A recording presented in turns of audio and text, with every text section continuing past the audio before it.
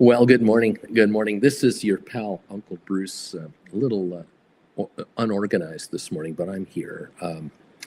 Sorry for those of you who are wondering, when is he starting this show actually? Because I thought a few minutes ago he said he was starting in 20 minutes. Now he's live. What's he doing? I'm trying to start today's show, theoretically, 15 minutes earlier than I usually do. It didn't work. We're now at 8:21 Eastern Time. We are live.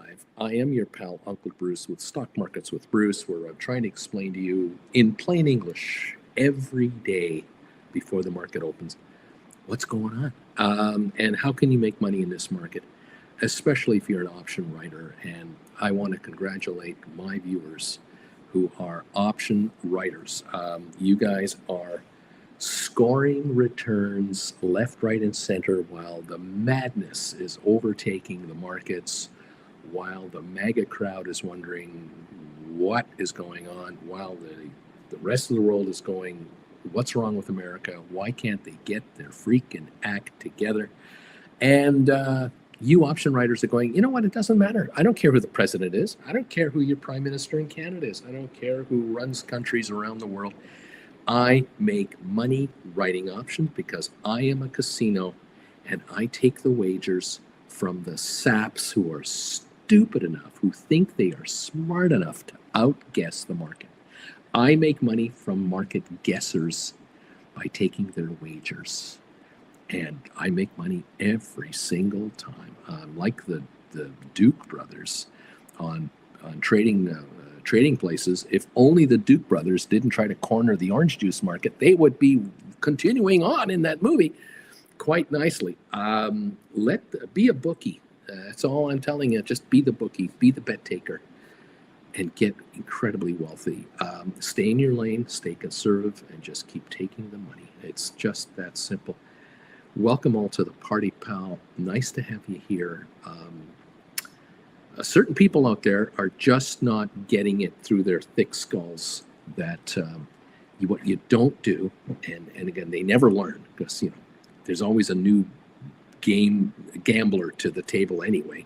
You lose one gambler who blows their brains out and loses all their money. The next guy comes in, sits down, and they just got lucky and they got a bunch of dough and they want to run it. The markets are down 1,200 on the Dow right now. We were down 1,600 5 minutes ago. We're going to see huge swings here. I mean, the volatility is going to go nuts. We're down 161 on S&P. We're down 577 on NASDAQ. So we're off about 3% on all of these indexes right now. Gold is up down $4 an ounce. Pardon me, down $4 an ounce. Crude oil is down $5 to 61.96. So we're down to $62. We were $72 2 days ago. Now we're at $62. Oil could easily go to 50, 55. No problem at all. There is oil everywhere. Mr. Putin and his pals will talk to you. If you need oil, they will find a place to conveniently transfer oil from one rickety old oil ship to another somewhere at sea off the record for cash. You can have all the oil you want. So if you're a dictator somewhere, don't worry. Oil is available to you through unique supply chains that the Russians have created, along with their friends in Iran and China and others. They all have ways to get you looked after. Don't worry about that. In the real world, the rest of us here, we're just trying to figure out what the hell's going on. So is every country on earth is asking itself in the last 24 hours, what's happening? What's he doing? What is this retaliatory tariff reciprocal thing mean? We don't know. These words we've never heard before. And what's with this chart that the President of the United States is holding up at his little presentation there the other day? What's that mean? And why is it that we're just finding out at the Rose Garden event that we're bad guys? We thought that we were trading with our friends, the Americans, where, we would buy American products. They would buy our products. They kind of like our coffee. They like our bananas. They like our pineapples. They like our kumquats. We thought we were friends. We have property in the United States. We invest in the USA. Our national pension funds have American stocks as part of our holdings. So we thought we were part of the international community led by the leader of the free world, the United States. We never assumed ever that the leading country of the planet that believes in free enterprise would now completely shift its side all the way over to a tariff-run outfit, demanding that we come to the table to negotiate a better deal. I've never seen negotiations work like this. And there are countries out there who are asking themselves, well, we do sell stuff to these guys, but we also sell stuff to Mexicans and Canadians and to Germans and to Brits and to Singaporeans and to Australians. And we sell our stuff to everybody. Do we actually want to be completely tied up with one country, with this leader changing his mind every 30 minutes? Do we want to put all our eggs in one basket, or do we want to negotiate trade deals with maybe we should approach 20 countries, find 5 of them to deal with, and just not sell to the Americans? Just don't even bother selling to them, because if we sell to them, we want to keep selling to them, we're going to have to give away or do all kinds of stuff to ourselves. Why would we do that? Are they replaceable? Are we really dependent on that country to economically survive? Because they're forcing us to look around. Welcome to the party, pals. I don't know. It's been a very revealing 48 hours for a whole bunch of countries out there who had no idea that they were the bad guy. Welcome to Canada. Welcome to what it's like being a Canadian, where you have an undefended border of 5,000 miles, and apparently 20 to 30 pounds of fentanyl came from Canada into the U.S., and that has created an emergency. Canada's going, say what? Seniors who cross the border between Canada and the U.S., American seniors, and Canadian seniors, they carry more dope on them for all the prescription drugs their doctors give them that would just make you shudder to think how many tons of drugs are crossing the Canadian-American border in women's handbags, in the luggage, prescription drugs. I'm talking legal stuff, not illegal, legal stuff. Anyway, I just, it is laughable. It is not laughable. It's both.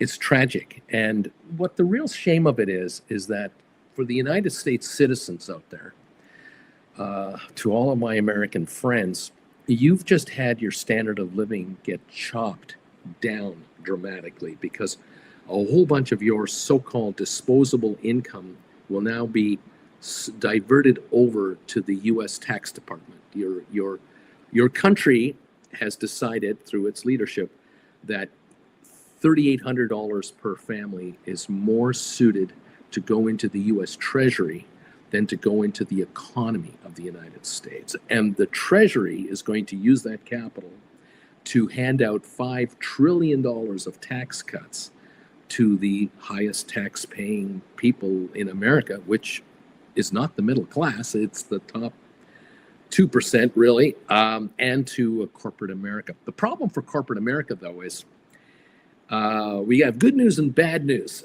I guess, is coming from the auditors of corporate America. The auditors, the bean counters of corporate America are going to say, the good news is you have a lower tax rate in place as an American corporation for another 10 years. The bad news is you're not making as much money next year as you made last year, and so it's irrelevant. You're going to pay less in tax next year. That's the good news. But the only reason you're paying less in tax next year is not because of the tax cut, it's because you didn't make as much money, because your customers just got the crap kicked out of them by the President of the United States. And that includes Democrats and Republicans and independents. Seniors are really taking it on the chin because they can't get a 20% raise next year to offset this hit. They're locked into Social Security, and apparently a number of Social Security offices are going to close in the next few months, meaning that certain seniors in certain areas of the United States are now hundreds of miles away from the nearest Social Security office in case there are any issues with their payments. And because they're closing down the telephone system, they're going to have to personally show up at Social Security offices to resolve any issues. I can just imagine there are families in the United States right now wondering how in God's green earth are we going to get grandma 300 miles to this office? She doesn't know what color her scarf is. She doesn't know her first name. We're looking after everything for grandma. The children, the grandchildren are looking after grandma's estate. How in God's green earth are you going to resolve that problem? Can you imagine how many Americans have to go to physical locations with documents in their hand that prove that they are the attorney, the power of attorney holder for grandma's account? And some person behind that counter over there may or may not accept the documentation as good enough, present her to us, prove to us that she is incapable of telling us what day of the week it is. I mean, talk about humiliation and talk about a slap in the face of every American, especially seniors. This has been one of the most brutal 3 months I have ever seen, an attack on Americans by privileged Americans. Have you seen the video of the young man that approached his congressman? I believe it was a senator, maybe a senator. He got laid off at the health department, and he was asking his senator about the fact that he can't get unemployment benefits or something. There was some issue there, and he wanted just to ask him. And the senator, as the elevator doors were closing and his bodyguards were protecting him against his voter, looked at him and said, well, maybe you got laid off because you're a clown. That one is really going viral. I kind of wonder just what morals do some of these people have, if any morals whatsoever. Are these the same people that are scoring big gains in the stock market because they buy stocks that are going to win when the rest of America loses? There are certain companies that do well, like private prison companies and weapon suppliers, and I don't know what. Again, I don't know. I don't recognize parts of the United States anymore. I don't recognize it as being American. I don't recognize it necessarily as being Russian or Chinese either, but I just don't recognize America the way I'm used to. And I'm just a guy that's old, that doesn't have to get a day job anymore, thank God. Talking to viewers going, I'm trying to tell you in plain English what's going on, but I can't tell you exactly what's going on with some of the people in this country anymore. I don't know. It is rather sad, actually. In any event, here we are. We're beginning to see, I believe, a second wave of selling that is coming into this market. The first wave, this might be the third wave. The first wave happened a couple of weeks ago when we did not re-hit new all-time highs. We couldn't get to the new highs anymore about a month and a half, 2 months ago. We've already been dropping and coming back a bit and dropping. People were buying the dip, and they were trying to buy the dip, and they were catching waves back up again, but not to newer highs. Then we had a sell wave that came through a few weeks ago, and that didn't recover. And then we had the big hit yesterday, the day before yesterday, and now we've got another one. And I believe that the selling that is coming into the market now is not small retail investors who were overextended last week. They've already been adjusted for, and they're going into cash as quickly as possible, whether they like it or not. No, the wave now that's coming in, I believe, are over-leveraged speculators from around the world that are borrowing capital from all kinds of places that are or are not regulated. And I have a suspicion that there are a bunch of hedge funds, internationally run hedge funds, that are anywhere from 50 million to a couple of $1 billion. Not trillion-dollar hedge funds, but multi-billion. But there are many of them, hundreds, thousands, that are run by young or owned and controlled by very young, terribly inexperienced people who've never had a downturn before happen to them. And they are leveraged 20 to 30 to 40 to 1.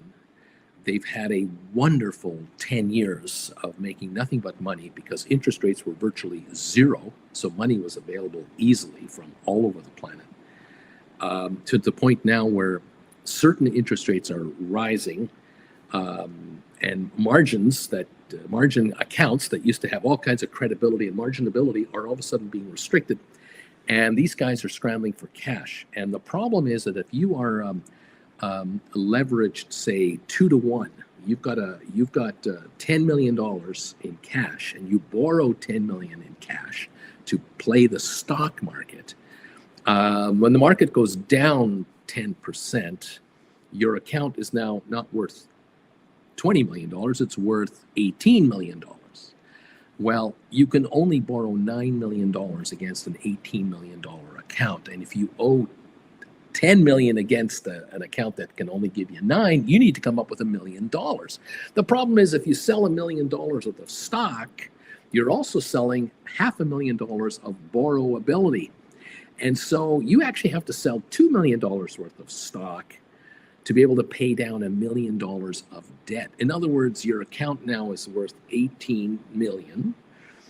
You owe $9 million on it, and you were worth $20 million yesterday, and now you're worth $18 million. If the market goes down another 10% or whatever, you're going to have to sell $2 to get $1 down on how much you owe. And this is an ugly race. And that's a one-on-one ratio that most retail investors live with and have to deal with. If you're a hedge fund and you're 10 to 1, you've put up 10 million bucks between your own money, and then you've attracted investors and lenders to give you 100 million more. You're running a $110 million account. And if you're running a $110 million account and it goes up 5% in 1 year, that $110 million account goes up to $116.5 million. So, well, this is great. Everyone's winning. You've only got 10 million in the game. There's now 16 million of total profits in there, total capital in there, less what you're paying your partners for. Interest rates used to be 1-2%. So give them 1-2% interest on their money and keep the rest for yourself. Thank you very much. But if your $110 million account, of which again, 10 is yours and 100 is borrowed, your $110 million account got up to 150 million after several good years. Thank you, Joe Biden. And now that 150 account is worth 120. We might have a little problem here because you may not have borrowed more money. You may have just rolled the money you made up to the 150 level. So 100 million is borrowed, 50 million is theoretically yours. You go down to 120. All of a sudden, there's only 20 million left of your money, and you still owe 100 million against it. The market's dropped to 100 million in value, another 20% drop, because these guys are over leveraged and all kinds of stuff. Now you owe 10 million more than you got. Your account owes 100 million. It's worth 100 million. Everything you've got in that account, you owe. Your money is gone. We go down to 90 million. You owe 100 million, and there's only 90 million of assets there. You're bankrupt. And this is where the lenders are going, we're keeping an eye on your account, as we always do, and we love it when it goes up because we all make money here. But when the account begins to falter, we get nervous. We kind of want some of that 100 million back to kind of lessen our exposure.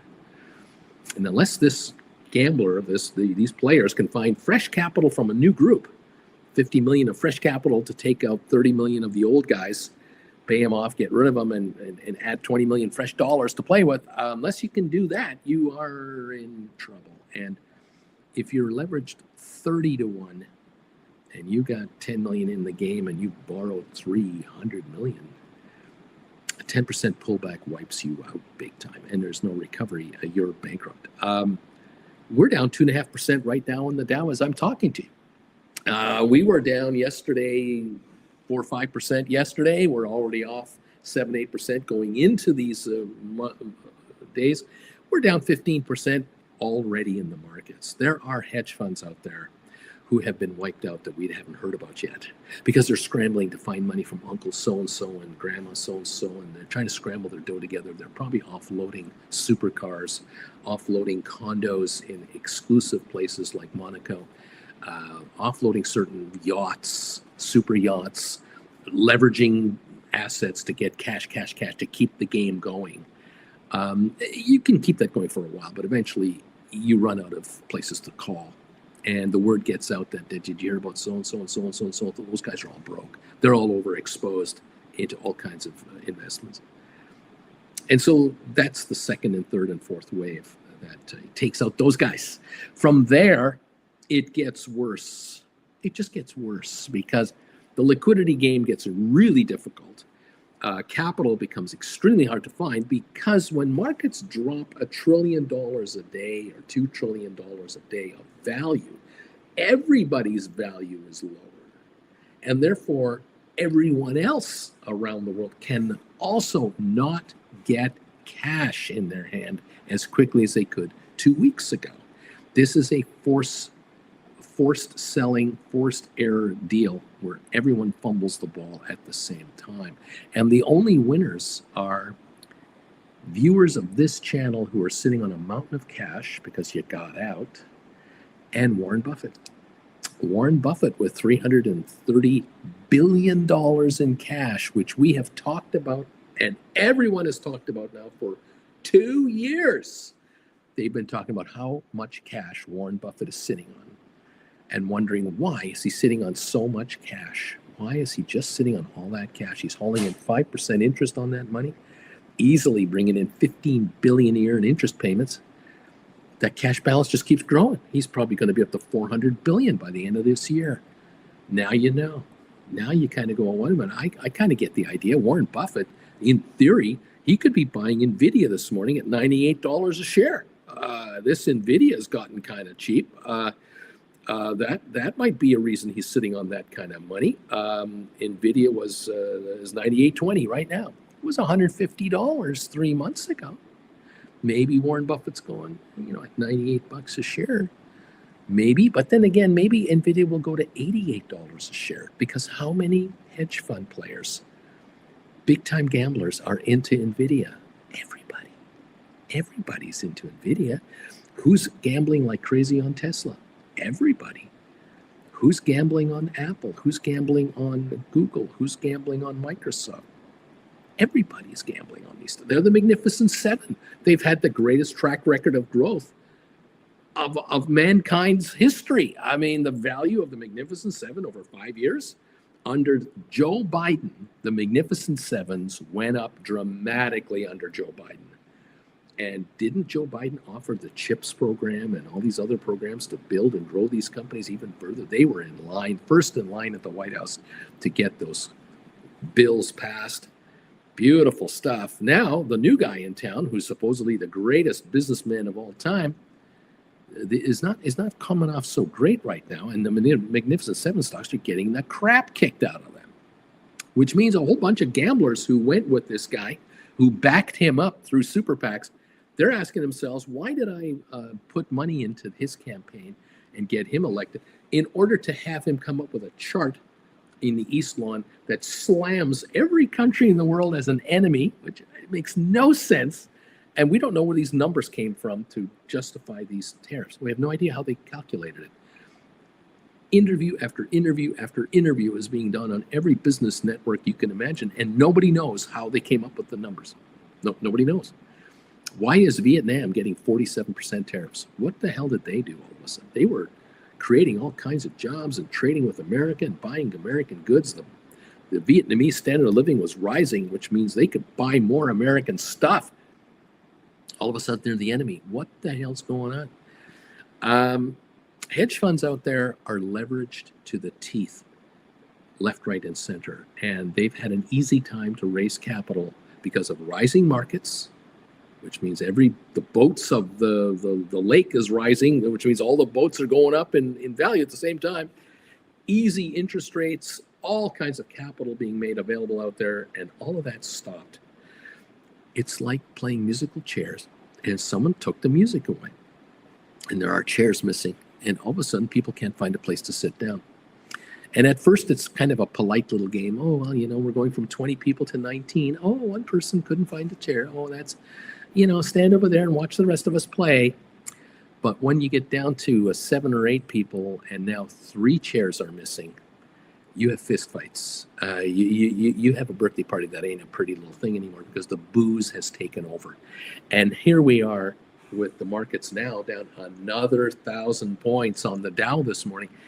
There are hedge funds in Monaco and in Dubai and Abu Dhabi and in Riyadh and in Istanbul and in Shanghai and in Kinshasa and throughout Africa and throughout other Mideast countries and Asian countries. There are hedge funds who are out of arm's reach from the SEC, pulling off all kinds of stunts, trying to pull off all kinds of miracle stunts to keep this game going, trying to convince international banks from Japan and Thailand and Myanmar and Malaysia and Indonesia and India and lend me money to keep this game going. And they're running out of places to call to stay alive. And this market is getting worse. And it's going to get worse because the American people, who are the backstop of the global economy, funny enough, just got the shit kicked out of them 2 days ago. And they're beginning to figure this out bit by bit by bit. Even Trump voters are beginning to go, wait a minute, if I go to Costco next week and toilet paper goes from $22 for a big package to $26 for a big package of toilet paper because of the Mexican/Canadian tariffs that are now coming into all the goods that are coming into Costco, or a portion of the goods.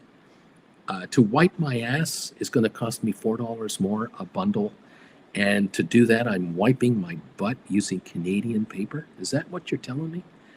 Wait a minute. This is Kirkland brand Kleenex or toilet paper. I thought this was America. I thought I was supporting my country. Well, the reality is Canada is supporting your country. Canada is allowing you to wipe your butt with our wood products. Potash that is used to fertilize U.S. farmers from coast to coast, Canadian potash. The Northeast United States uses electricity from Quebec. But apparently Canada is not necessary for the future of the American economy, according to the President of the United States. We don't need anything from these guys. And we're just going to nail them with massive tariffs. Canada now is sitting back going, we're about to hit you with tariffs. We're going to make it impossible for American companies to come into Canada to try to sell your product economically. Canadians will look at a Made in America logo and go, not supporting you guys. You guys started this. We didn't start this. You started this, and you called us the 51st state. Elbows up, say the Canadians, we can buy British-made, German-made, Taiwanese-made, Mexican-made, Brazilian-made. We can import from anybody we want. There's no restrictions on where we bring product in from. We'll shift our game plan completely over to another direction. We'll still do business with you guys, yes, but it'll have to be advantageous to us too. It's a two-way street. As long as it's a two-way street, we'll do business with you. But when it gets hostile, we'll just do some business somewhere else. It's nothing personal. It's just business. Don understands that. Don does understand that. But Americans in general have figured out that, oh my God, the guy leading the way here has picked on everybody at the same time. You now have, in America, 162 countries that are now apparently enemies of your country. Did you know that? Surprise! Americans are going, why are we against Costa Rica? What have we got against Bolivia? What's wrong with the Falkland Islands? What the hell's with the Falkland Islands? Why is there a tariff on all their stuff?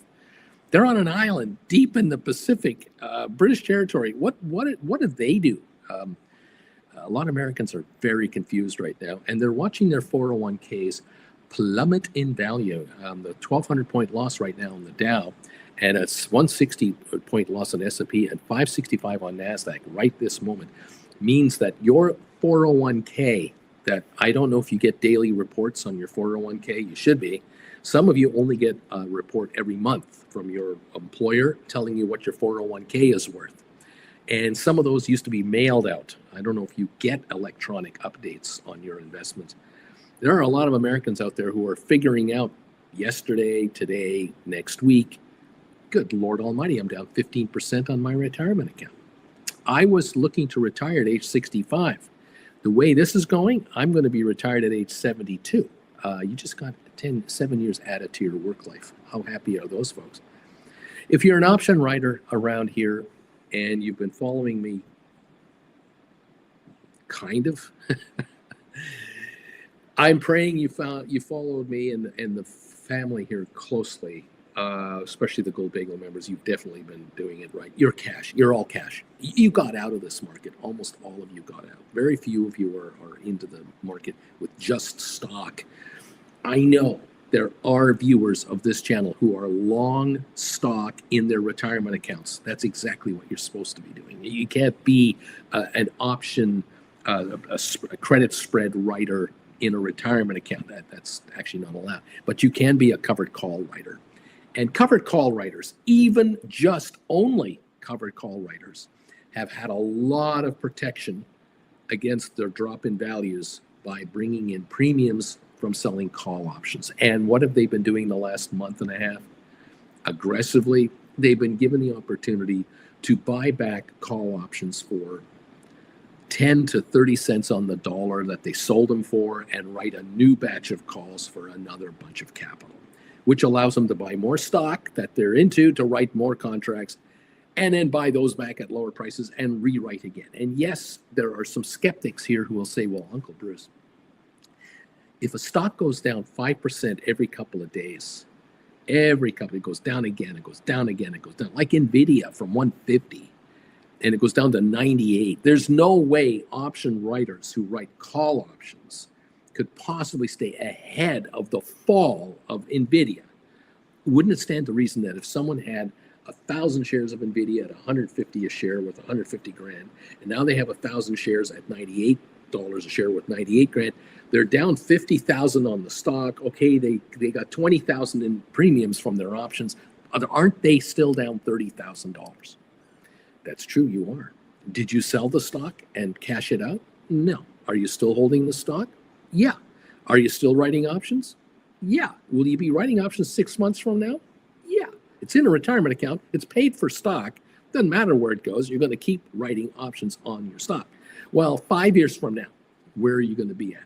Are the shares going to be at $50 a share in 5 years, or $250 a share in 5 years, or at 98 to 150 in 5 years? Doesn't matter where the stock is at. You're still going to be writing options and options and options and options. And if you're doing it right, you hang around this channel for a while. You figure out, oh, well, I wrote, when the stock was 150, I was writing 160s.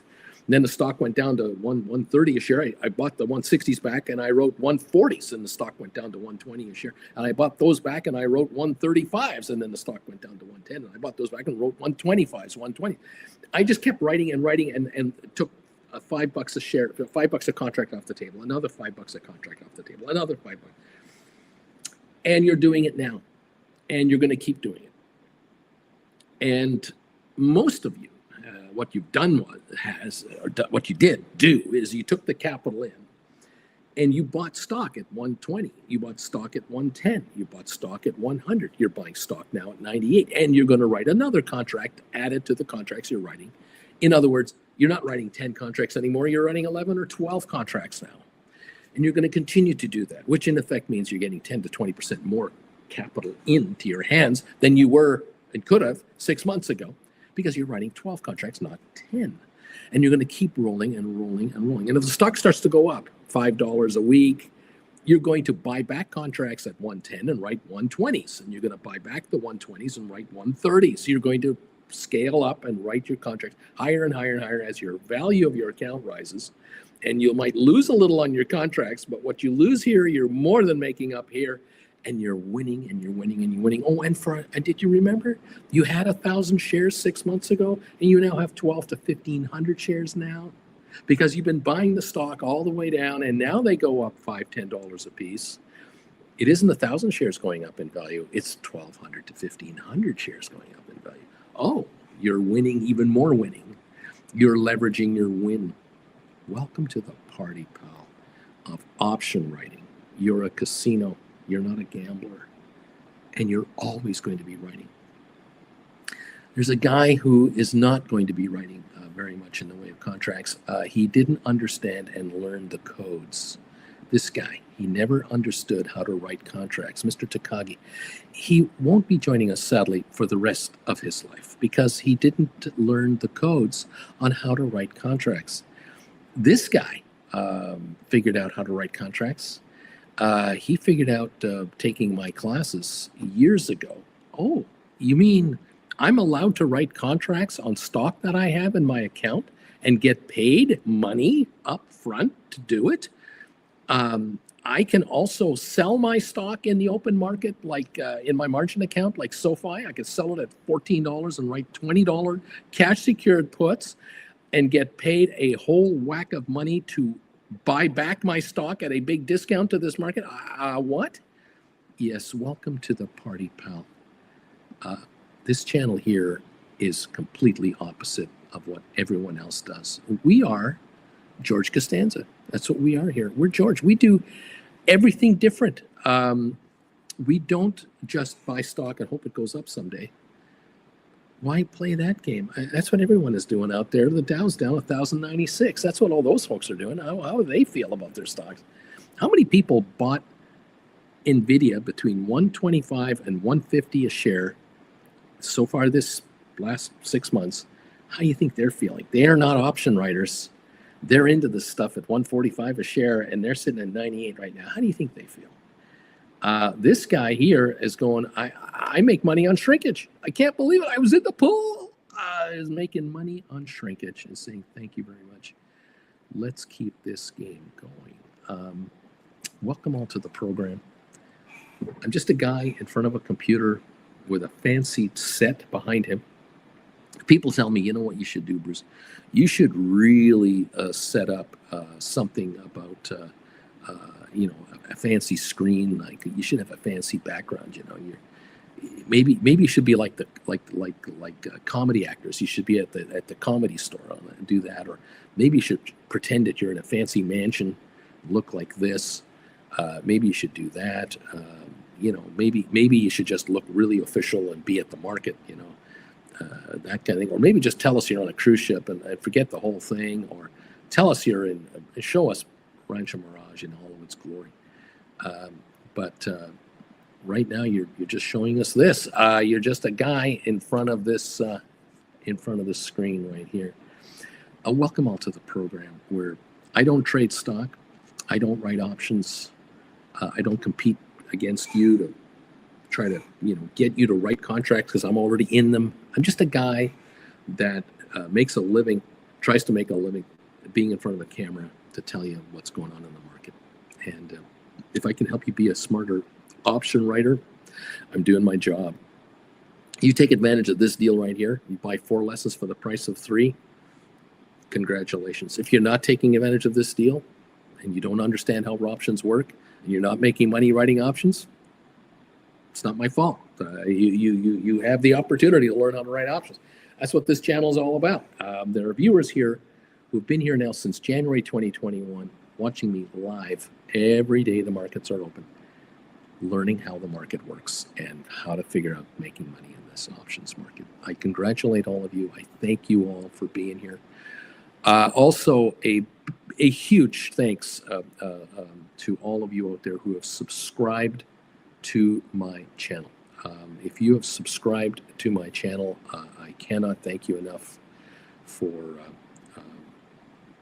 following me. If you've become a member of this channel, my goodness, I can't help but thank you so much. It's the memberships that keep this channel on the air. I certainly don't get rich from YouTube paying me advertising dollars. I can tell you that. You're probably getting ads, maybe like crazy on my channel. I don't know. People tell me all the time they get ads. But this YouTuber is alive from 2 sources. 1, memberships, and number 2, those of you who have taken classes because you have figured out by taking the classes that this guy is offering, I am learning how to write options using capital that has been dormant, just sitting around forever. now making it make me money. Uncle Bruce, you have changed everything around this household. I cannot believe, and I am blown away by the fact that I could have been writing contracts 10 years ago on stock that I have acquired, whether I've acquired it from my employer over the years, or whether I've just bought stock, or whether I've just bought ETFs. I've just bought these exchange traded funds over years and years and years. I bought these exchange traded funds that were tracking the S&P 500 or the NASDAQ. And I had no idea that this $40,000 of funds, or $80,000 or $100,000 of funds, I could have won. I could have actually written call options against the ETFs. I could have actually done that. That was a mind blower when you told me that. But the other thing that you're telling me is I could just sell this ETF anytime I want, liquidate it into cash, and write options on cash without being in the market at all. Or I could have sold my ETFs and just purchased stock that I want to have in my retirement account for years and years and years. I own 200 Apple, 200 Microsoft, 200 Tesla, 200 of these. And I can write options on those 200 shares and bring in all this added option income, use that income in my retirement account to buy more of the same shares of these companies over years and years and years, and write more contracts and grow the value of my account faster than the ETFs went up in price. Wow. Uncle Bruce, you've changed my entire outlook. The blinders are off, and I'm going, why am I a sucker like all my other fellow employees? We're all into the employer's plan, and the money's being run by their Wall Street pals at JP Morgan or Chase or whatever they're called. I'm running my own 401k, my own IRA. I'm running my own retirement account. I'm running my own margin account. I am borrowing money against my 401k to manage my own money in my margin account to write options.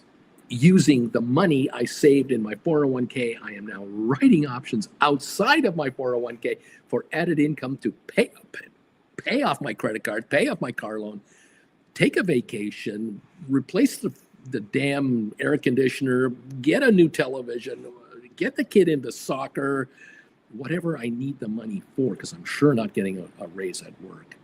Uncle Bruce, I had no idea I could take control of my finances like this to make my money make me money.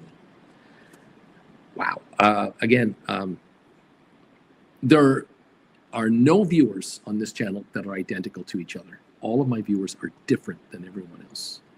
And I'm just desperately trying to help every one of them get richer. Nothing personal, nothing political. I'm just trying to make you richer. But there are people out there who don't believe me because they have an agenda in their mind, or they have a thought in their mind that, well, this guy is just a shill. He's a hired gun, and he's a liberal, and he's a socialist, and he's a Canadian, and he's against my way of living. And well, knock yourself out. Hate all you want. But at the end of the day, what we're trying to do here is make a buck, trying to make dollars. And right now, your friends, if you thought you had friends at the billionaire level and at the top end political level, they may not be coming off very friendly right now to you. Some of you have been lumped together now as a patient that just had an operation, and you're coming out of the anesthetic and you're kind of sore. That's what some are calling you, that you've been operated on. Yeah, no kidding. Have you got all your body parts? Have you checked anything lately? Is there anything missing? Is there anything missing in the last 48, 72 hours? I'm just a guy just saying, hey, nothing personal, but I just want you to get richer, okay? And if I'm successful in helping you, if you become a Gold Bagel member and you join me every day, half an hour before this show starts, and you join me every Wednesday night for Primetime Live, if you've taken my lessons and you've learned how to write contracts and you're making money from that, then I've done my job. And I'm going to keep doing my job as long as it's effective for you. But if that is not what you think I'm here for, well, then You got to go where you got to go and do what you got to do. It's okay. It's not, I don't take it personally. It's just the way it is. But those of you who are here, 261 of you now are here. I see a meter here, but you probably have a meter down there somewhere. Welcome to the show from wherever you are. And ask yourself, hey, if I would have written call options on NVIDIA a month ago for $125 a share, would I be a happy camper now that I can buy them back for 10 cents on the dollar and write another batch for like 110? I think you'd be saying, I wouldn't mind having been in that position. Those of you writing call credit spreads, because you've been watching my classes religiously and you're hanging out here all the time. You've been writing call credit spreads the last several months. You're looking at me going, Uncle Bruce, I've never seen it so easy. I've never had it so damn easy before to make money from this market. Are you sure?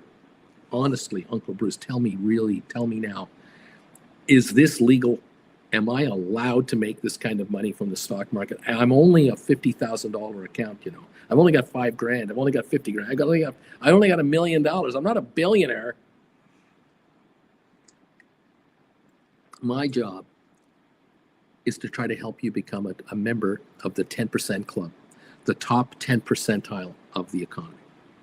I got to get you out of the bottom 90%, because the bottom 90% of Americans and Canadians only spend half of all the money that is spent.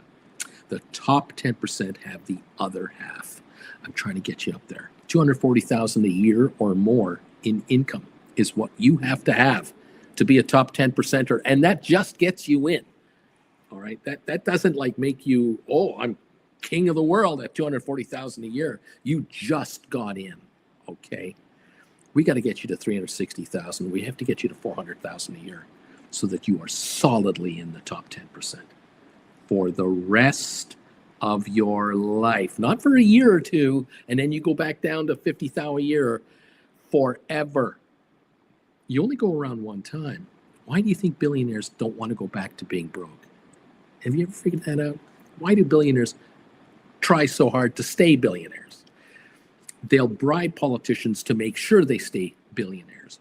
There are billionaires spending millions of dollars a year to make sure they stay billionaires. Okay, dictators spend billions of dollars a year of their country's money so that they can retain the dictatorship title that they've somehow gotten their hands on. Because going backwards as a dictator means getting killed. There is no gentle retirement for dictators, unless you're Assad from Syria and you're living a comfortable life in Moscow right now. Knock yourself out. Welcome to the party, pals. We're trying to make money around here, and right now the market is not helping a lot of people at this point in time. The administration is not making people richer today, except my viewers. My viewers are looking at the administration going, the more inconsistent you are and the more ridiculous these announcements get, the richer you're making me. I can't believe it. Like Bruce said, it really doesn't matter who the president is. Sleepy Joe Biden gave us 25% returns 2 years ago and another 25% return in his last year in office. And the current president is doing whatever he's doing. And yet I'm richer anyway, Uncle Bruce. I can't believe it. I can't believe how I'm richer, even with what's going on. It's ridiculous. It's insane. But then there are those 90%ers who are caught in whatever they're caught in, and they can't make the moves that you can make. But then again, you took the chance on yourself to learn how to write stock options. And you can only be, I can only credit you. I can't credit you. You can't credit your friend at work that because you're better off than your friend at work is. It's because you took the initiative to learn how to write options and hang out here for a while. That's why you're doing better. That's it. It's up to you. Go to a mirror and take a look at who's going to help you get richer. Okay, the person staring right back at you. It's the only one you're going to see. It's you, just you. Welcome to the show. Thank you for joining me. We open in about 20 minutes here. We're down 965 on the Dow, 122 on S&P, down 434 on the Nasdaq. Are you looking at the GameStop shares? All of you out there who are GameStop shareholders, have you noticed what your stock is doing this morning? It is at 21.56. 21.56. We're up 46 cents here on the shares of GameStop. GameStop, 21.53 now, up 43 cents. Ryan Cohen bought 500,000 shares in his personal name yesterday at 21.55 a share. So that's where the stock is right now, 21.55. That's exactly what he paid for 500,000 shares yesterday. Isn't that interesting? He also made another little ditty.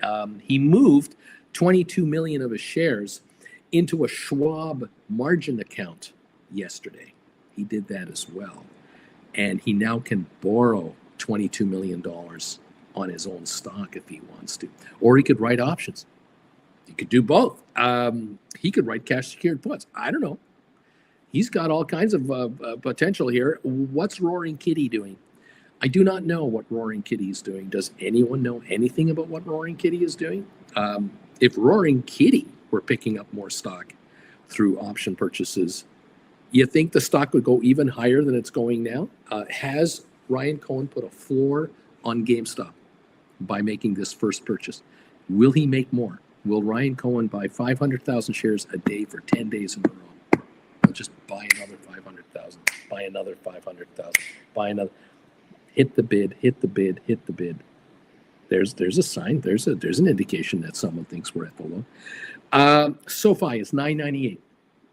If Mr. Anthony Noto does a filing today that he bought stock today, if Anthony Noto picks up 500,000 shares of SoFi at $9.98 a share, where do you think the stock is going to be tomorrow? If he were to announce that he bought 2 million shares of stock down here, it's not like he's taking over the company. He's just the CEO putting money into his own stock. Is that an indication to you that maybe this is a little oversold now, like a whole lot oversold? It'll be interesting to see if in the next few days, insiders of publicly traded companies around the U.S. are buying up their own stock or not. Have they come down so much that they're too irresistible not to pick up? That's what I'm waiting for. I'm sure that's what you're waiting for. We'll find out. As option writers, if it happens, it happens. If it doesn't, it doesn't. Knock yourself out and welcome to the party, pal. Thank you, everyone, for being here. Beach Boy was #1 today. Richard Carlin is here. Mark, Katie, Eddie, Stuart, Sharon here from New Jersey. How you doing? Andre Delatorre. Jeff is here. Not your normal trader. Oh, yeah. Mark is here. Rice Checks. Austin, Wing Commander. Charlie's here. Money Maker Juan is here. Welcome, all of you. And thank you for these thumbs ups that you've hit already. Appreciate you all on this. I appreciate it. Well done. Noto will be DI using the quarter earnings later on Uncle Bruce ahead of schedule. Let's see what else is going on here. Crazy 49er is number 47 on the thumbs up meter. Thank you, everybody. Let's go, kids. Let's see if we can get you richer. Not your normal trader saying get 4 classes for the price of 3 kids. Darn good idea. Jeff, surely you don't think there are double standards. There's only one side, really. Jeff JR is saying, cuz. Welcome all to the program. Corinne is number 50 on the thumbs up meter. Thank you very much. Who else is here? Continuing on. NVIDIA under 100, unbelievable. It's wild, it's crazy, it's a wacky time. Gulf trips for Donald Trump have cost the American taxpayer so far $26 million. Great savings there. Anyway, there you go. GameStop is green in pre-market, says Eddie. Oh my gosh, don't believe everything you see on television. Let's see what else is going on. Let's have a drinking game to see how many times he goes golfing. Thank you. Thank you all. Joe is here. Hey, Joe. How you doing, pal? Thank you for saying hi to us today. Lurking and learning from my favorite Uncle Bruce. Welcome, sir. And how much further do you think SoFi can go down, says GD. I wish I had the answer, but the lower it gets, the better a deal I think it is, too. Anyway, there are markets going up and there are markets going down. Deep Value, number 59. Welcome. And thank you very much. Who else is here? Susan Shops, number 72 today. Thank you, everyone. Thank you, Susan. What else? Folks, a lot of folks talking to each other, which is great. And Princess Jasmine, I think we're going to be using American newspapers to wipe our butts instead of Canadian paper. Oh my goodness. Welcome, welcome, welcome, welcome. Thank you all. Mike is laughing, having a good time. Jeff, my 401k lost 3.5% yesterday. Unbelievable. There you go. Thank you all. Good morning, good morning, good morning, good morning. We've gone member-only commentary right now. Thank you again, members. Jeff Glass remembers and knows you must honor the Knights of Neat. Don't forget that. So does Stuart. Charlie says thank you. Charlie is here. Jeff, Boeing Tiger, Samuel, Lee Mortimer. There they are. The knee emojis are coming in to honor the Knights of Neat because they are the power behind this market. Mandu knows as well. JJ, I'm number 99 on your thumbs up meter. No question about it. And don't call me Shirley, says Bobby. After all, that's not my name. Thank you, everybody, to the program. Nice to have you here. I hope you're doing okay. Yeah, the Dow's down 900 points, but it could be up 900 later today. We've got speculation now really ramping up here. The question is, which stock has gone down too far too fast, and which will recover faster and quicker, and by how much? Or do we go even lower with all kinds of hedge funds getting into big trouble? We're going to find out the next few days if any hedge funds are overexposed and got wiped out. We'll find out. Hey, if every country in the world starts announcing punitive tariffs against the United States, could the market drop another 2,000 points? Yes, it could. We could definitely go much lower. We are approaching bear market territory. We're getting awful close to it. We could well get into the middle of bear market territory. The question is how fast and how far can we get out of it? If the tariff game is going to play out for a year or two, we're into a mess for quite some time, but not for option writers. That's the difference. Option writers who are long cash, making money on their money, you keep that game going. You're going to find out something very fascinating, I think. We may find that real estate drops in value because incomes are dropping. Certainly after-tax income just went down dramatically 48 hours ago. That's discretionary income getting wiped off the face of the earth. Restaurants are in big trouble. That's one of the first casualties will be restaurants. Mom and pops will be in big trouble. People will stay at home and cook at home. We may have ourselves one heck of a drop coming up here. That means that your cash is even worth more money. When you find that cash is worth less by going to the store to buy stuff, but then you find that your cash is worth more when it comes to buying other stuff, like food is more expensive, but a used Corvette just went down $5,000. Or clothing is more expensive, but a trip to Disneyland just went down $3,000. I don't know. Toilet paper at Costco is 15% more expensive, but to get a Las Vegas weekend all of a sudden went down because you got a promo in the mail where the Bellagio is saying free parking, $50 free play, room rates $99.99 a night with no resort fees. Wait for that. There are discounts coming in discretionary spending and increases coming in the cost of living. And this is a great equalizer. We're going to see how all this plays out. Should be most entertaining. I don't know about you, but I have been getting all kinds of offers from airlines. Take a flight. Why don't you come? Why don't you go to Europe? Why don't you join us and take a plane ride? We've got pricing for you. Take advantage of the seat sale. Have you noticed that? Have some of you been getting offers for all-inclusive vacations all of a sudden? Have discretionary type ads come your way like big time lately? I wonder about that. Welcome all to the show. Crude oil is down $4.90. I do have a poll question today. Have you answered my poll question today? Thank you again for all these thumbs ups and everything else. We have 221 people answering my question of the day, which is good to see. I appreciate that. Here we go. We'll get the latest update as I'm waiting for my computer to slowly reboot. Man, am I having trouble with my computer. We're at 111 thumbs ups. Thank you for that. We've got Ryan Cohen picked up 500,000 GameStop at 21.55. I think this could pop the stock. 66% are saying, yes, I think you're right, Uncle Bruce. This could pop the market. I'm not talking about a 50-cent rise that we have right now at 21.60 a share. Yeah, GameStop is up 50 cents a share right now. We've traded 872,000 shares. So yeah, it's better, okay, and it's a winner against a market that's losing. But this isn't the pop that I'm talking about. No, I'm talking about, could the move by Ryan Cohen buying up stock in his own company pop this thing to say 25 to 35 a share? Could it tell you out there that if the CEO of the company, who doesn't get paid any money to be the CEO and the chairman of the board of the company, he's not taking a salary, but he's buying stock with his own money, do you think maybe this is a signal that GameStop is worth a ton more, in his opinion, that this is a ridiculous sell-off?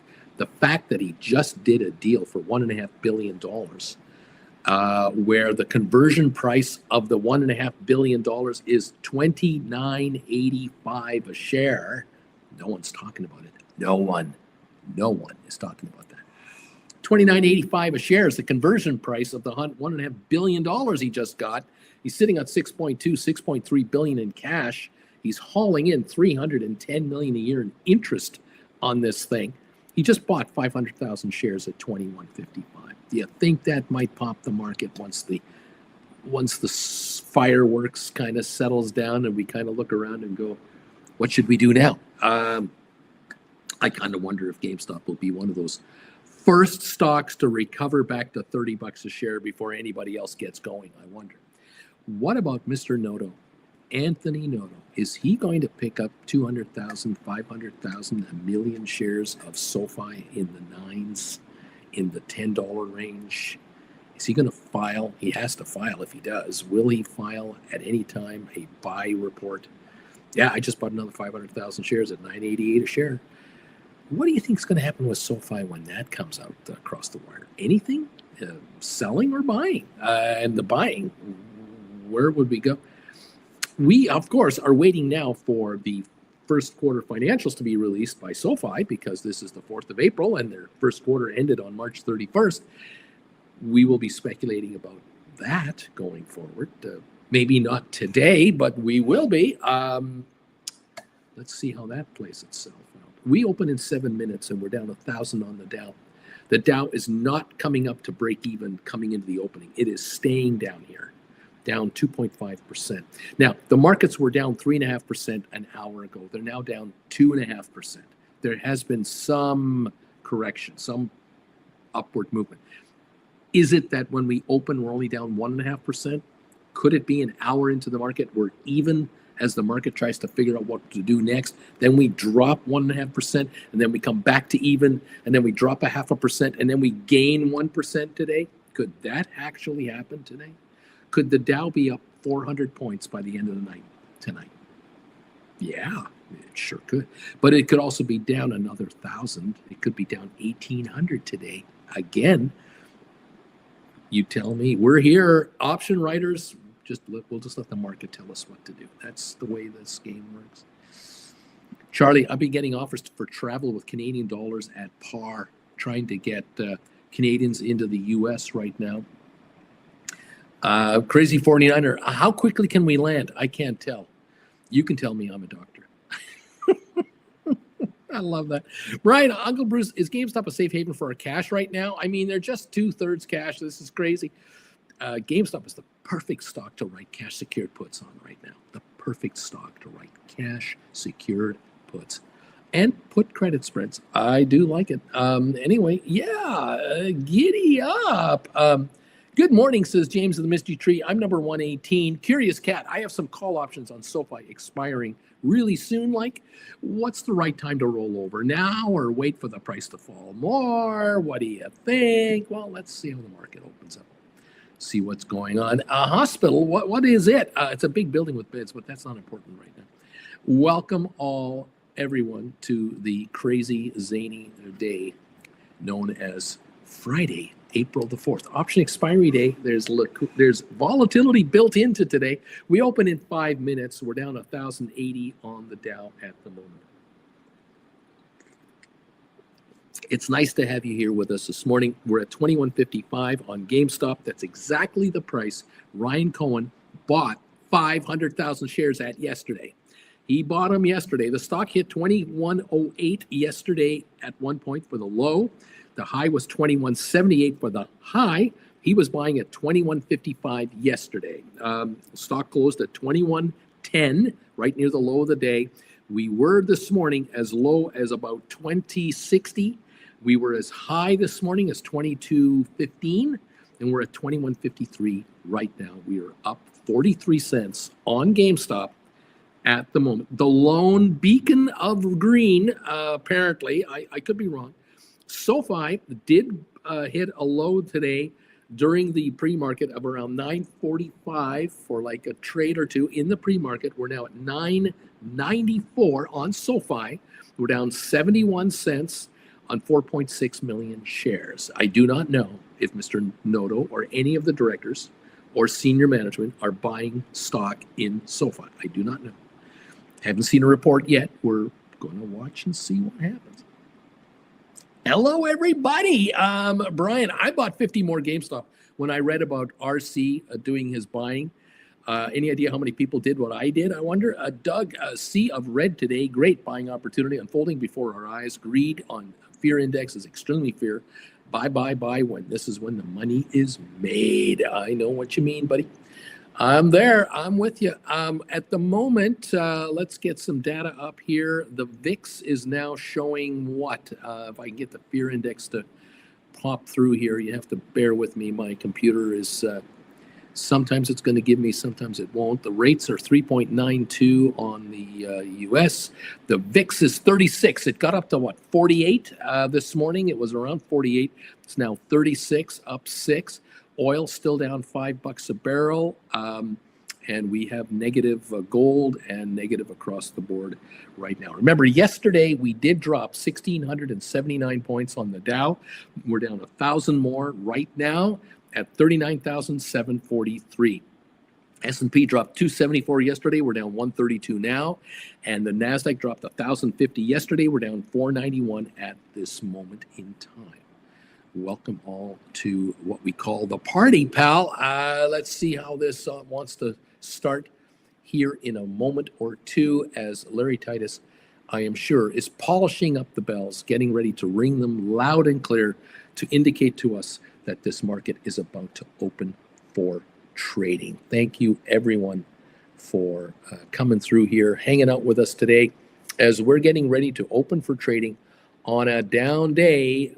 But how down will it really be? It could be interesting that we might actually have a pop here in the morning to attempt a little recovery. Perhaps there's some stocks that have gone a bit too far too fast. We're going to find out. A lot of Wall Street people are not happy campers right now. They are not happy with what's going on in Washington. They're not impressed. They're rather confused. Some are really frustrated. Some are incredibly angry. And there's not a good vibe going on over there. We have 121 thumbs ups. Thank you for hitting that thumbs up button for us. Give us some momentum. 308 of you are here. 180 of you are slackers. Hit the thumbs up button for us. Don't let Strickland catch you in the hallway without giving us a thumbs up today. Thank you, Larry Titus, very much for being here and hitting the bells for us as we get ready to start trading. Giddy up, baby. SoFi is going to report on Tuesday, April 29th at 8 o'clock, Bruce. So we're only 25 days away from the report from SoFi. Touch grass thumbs ups, Larry. Bingo. The bells have been rung by Larry Titus. It's official. We're running. We're up and running. We're beginning to trade for the session. Let's see where this market wants to go this morning. We're down 947 at the moment on the Dow. We'll see what happens as everything opens up. Thank you, Richard. Charlie, time to get some stink bids in here and start to cash in on call credit spreads that are collapsing. Beautiful stuff, everybody. SoFi 10.02 at the moment, down 62 cents. ASTS down 92 cents. Rocket Lab down 81. GameStop at 21.52, apparently up 42 cents so far this morning. MSTR up 207 as well. AI down 62 cents. Supermicro down 160. Nvidia down 289 at 98.91. Tesla down 11.46 at 255.82. Early indications are negative. Of course, we've been negative all pre-market.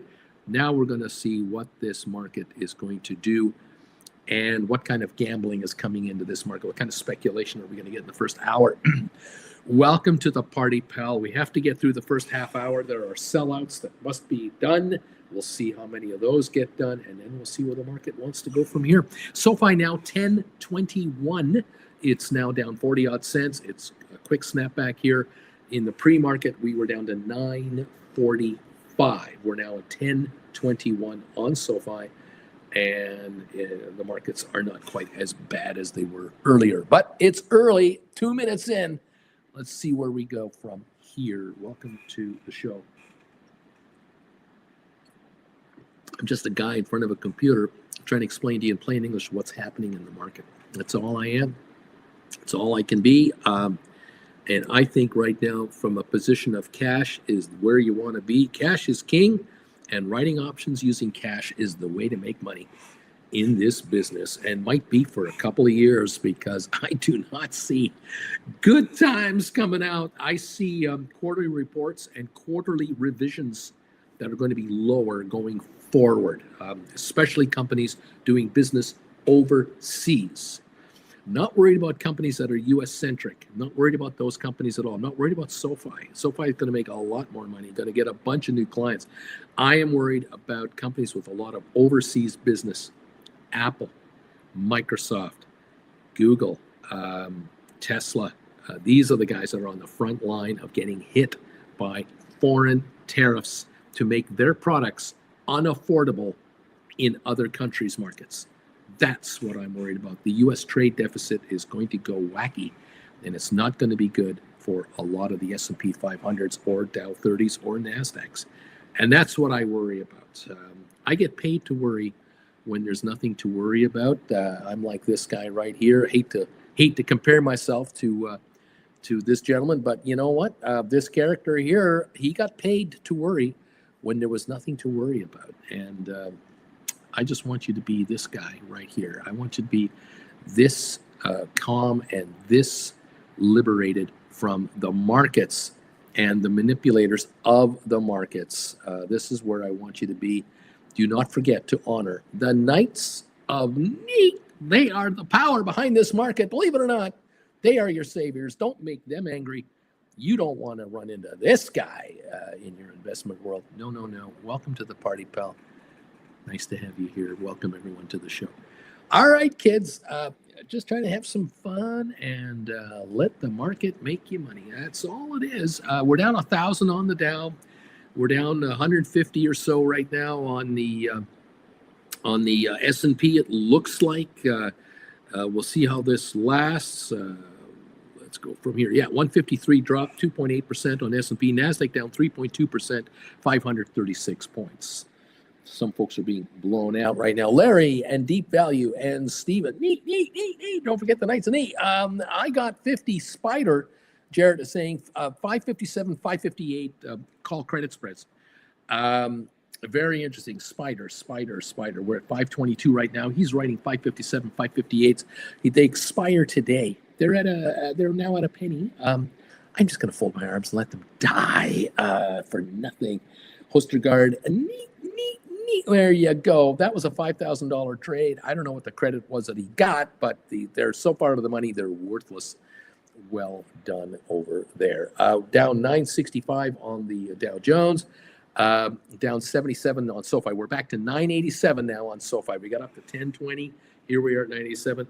Expect volatility today without question. ASTS down 118. Rocket Lab down 95. GameStop is up 20.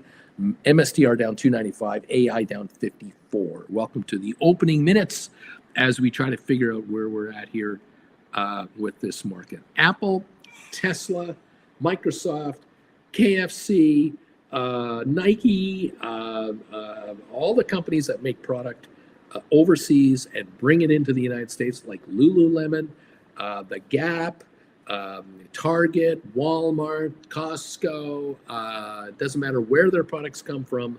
They're coming into America. They're all being hit with higher tariffs. You're going to get sticker shock everywhere you go in America. Without question, it's going to be a sticker shock, because for families, it's at least $3,800 on average, more expensive to be an American, to support Uncle Sam, to support the Trump tax collection that he is looking for. Trump just taxed every American family an average of $3,800 per year. And I don't see that going away anytime soon, because he's using it as a negotiating tactic. I don't understand how you negotiate with yourself when you put a gun to your head. I don't quite get it, although I did see it in a movie once where Sheriff Bart had a gun to his head and said, shut up or the so-and-so gets it, and everyone put their guns down, and he escaped some trouble. I don't know how this is working in this world. I don't think we're in the same movie, but it's just as crazy. I'm just wondering. Jarrett, I made 550 credit on that trade, by the way, Uncle Bruce. I used $5,000 and I brought in $550 on that $1 credit spread on SPYs. Thank you very much, SAPS, for giving me that easy money. 11% return. And that was not long ago. I bought it yesterday, Bruce. I did this yesterday. I made 11% overnight. Well done, sir. Welcome to the party, pal. Nicely executed right there. We're down 1,100 on the Dow. We're down 150 on S&P. We're down 536 on NASDAQ. I wonder just what kind of a movie are you in right now if you live in the United States? If you're an American, I do not know what movie you're in. I don't recognize the script. It is quite goofy out there. That's what it is. 976 on SoFi. The volume so far, 9.5 million in 8 minutes. 973 is the low of the day. 974 is kind of where we're at. So we're at the low of the day at the moment. ASTS got down to 1970. We're at 1974, down $1.84. Bargoons, Rocket Lab 1667, down 122. The low of the day, 1660 on 2.1 million volume. GameStop 2119, still up 9 cents. High of the day, 2155, where Ryan Cohen bought his shares at. The low, 2116.13. That's where we are now on 1.5 million shares to start the morning. MSTR is at 275 now. This is just above the low of the day of 273. We'll watch that, of course. AI at 1940, down 89 cents. Supermicro down 275 at 29.57. Nvidia down 446 to 97.34. Tesla down 1475 to 252. For some of you out there who are holding stock in Tesla, you might consider an idea to sell your Tesla at 253 and turn around and write $225 cash secured puts, good for a year or so, and you might get such a ridiculous payout, it might make it quite worth your while to go cash with a cash injection to buy stock at 225. Maybe that's a nice move to make. Stock goes to 300. That's all right. You'll roll your 225s to 250s. Stock goes to 325. You'll roll your 250s to 275, bringing in more cash each and every time. You might want to play that game.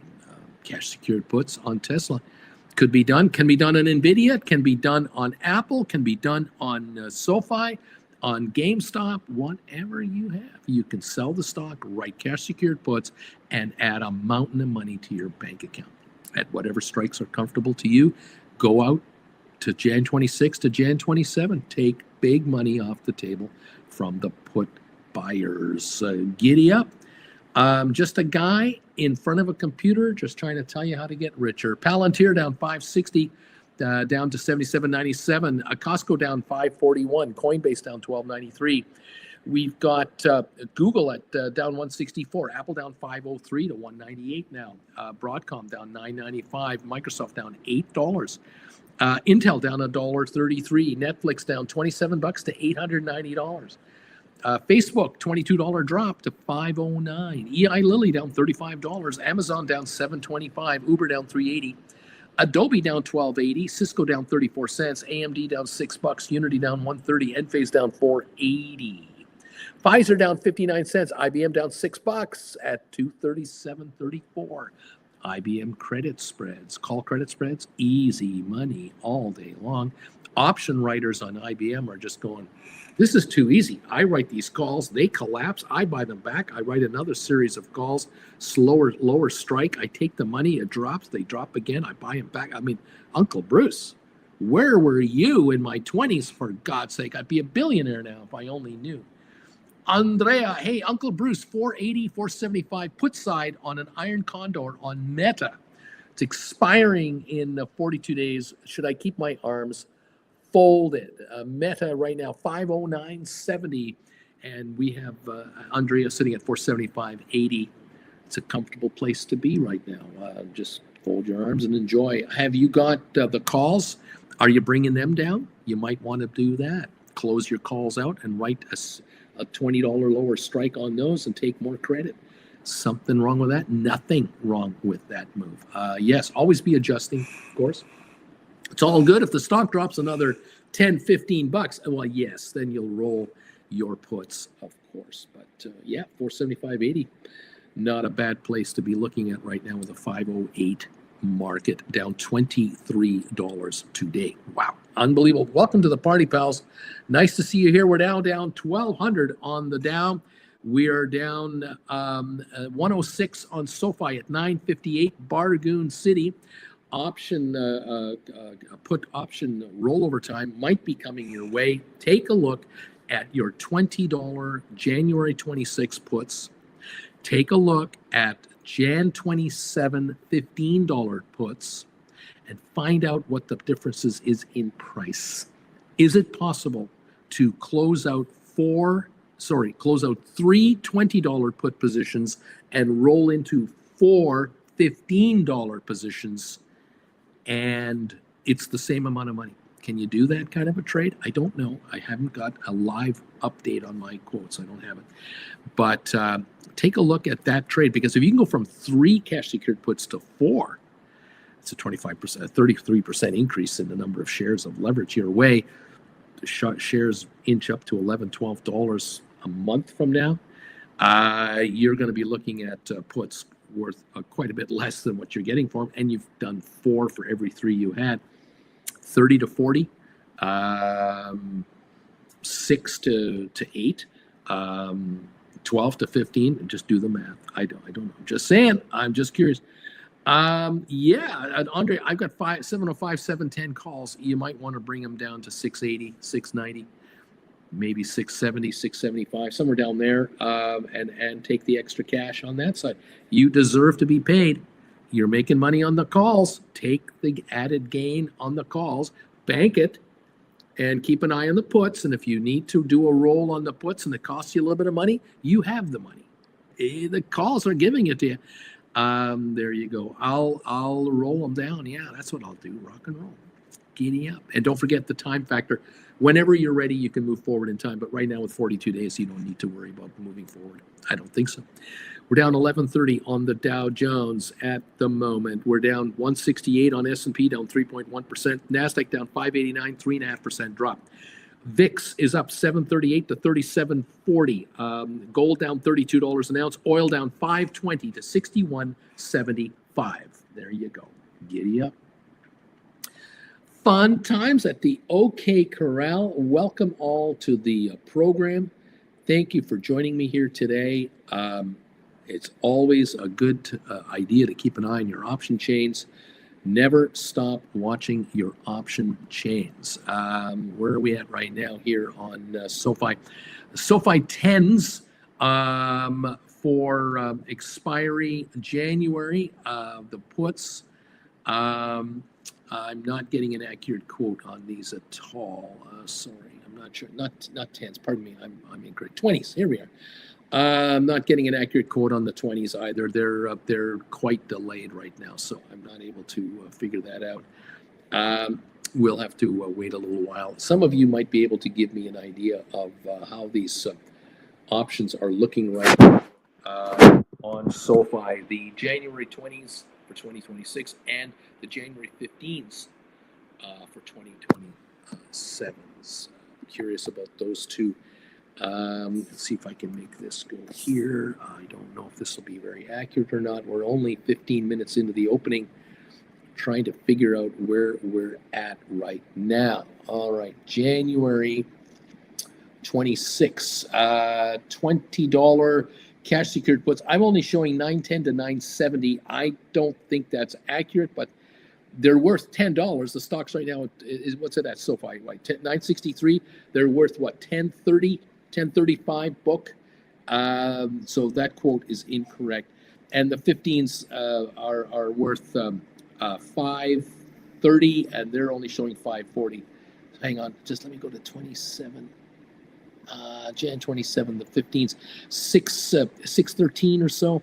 I'm not sure if that's accurate either. So my quotes are probably so far behind as opposed to live trading. You guys let me know what it looks like live when you can, okay? Thank you all. 973 on SoFi right now.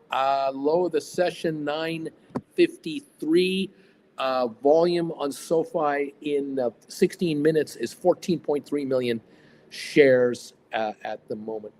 This is something to watch all day, SoFi. This is not a first thing in the morning trade. This could be a trade you do later today or not, if it gives you the opportunity to do so. And you may do it in segments. You may do it a few contracts at a time. If you do it at all, we'll wait and see about that. Okay, everybody? Got the old lawnmower going outside here. The grass is being cut just as the sun is coming up around here. Welcome all to the program here from Rancho Mirage, California. 980 on SoFi now. GameStop up 20 to 21.31. Rocket Lab down $1.35 at 16.54. There we go. And we've got the Dow down 967 with a little buy wave coming in. We have Apple down 506, Tesla down 15, Microsoft down 430, Google down 145, Amazon down 589, Nvidia down 483, and Facebook, Meta down 1765. I think we have a slight bounce up here on some of these stocks, waiting to see just where we end up here as the morning grinds on. Boeing and Caterpillar stocks were leading the way for the Dow. On the downside, we'll see if that continues on. Double checking here on the markets. Let's see, we're down 996 on the Dow. The Dow stocks, the winners, Sherwin-Williams. Sherwin-Williams is up 425 a share, 1.25%. Home Depot is up $1.91. Procter & Gamble is up 9. Those are the only winners. Losers would be worst case scenario. Boeing down 6.5%, Caterpillar down 6%, Goldman down 5.6%, JP Morgan down 5.2%, Chevron down 4.5%, American Express down 4.4%, Nvidia down 4.3%, 3M Company down 4%, Nike down 3.9%, Salesforce down 3.1%, Travelers down 3%, Amazon down 2.9%, McDonald's down 2.5%, Apple down 2.2%, Honeywell down 2.1%, IBM down 2%, Merck down 1.9%, Walt Disney down 1.9%, so is Visa, Walmart down 1.9%, Microsoft down 0.95%, Coca-Cola 0.85%, Amgen 0.77%, United Healthcare down 2/3 of a point, Verizon down 1/3 of a point, Johnson Johnson down 1/3, Cisco down 1/10.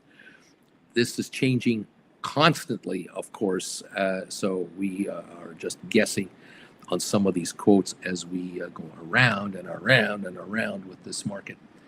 Welcome to the party, pals. Nice to have you in the house. Okay, Dow's down 1,080 again.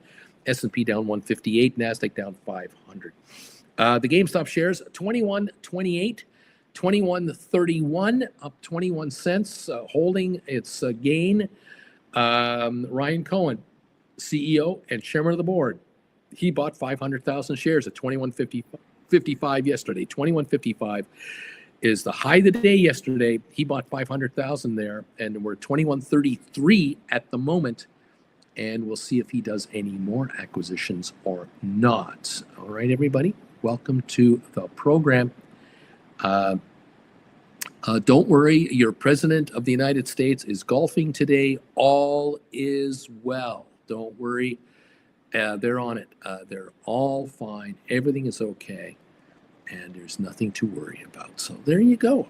Everything's fine. There's nothing to see here. It's all good. All righty. Thank you all for joining me today from wherever in the world you are. I'm so glad you're with me. Let's go.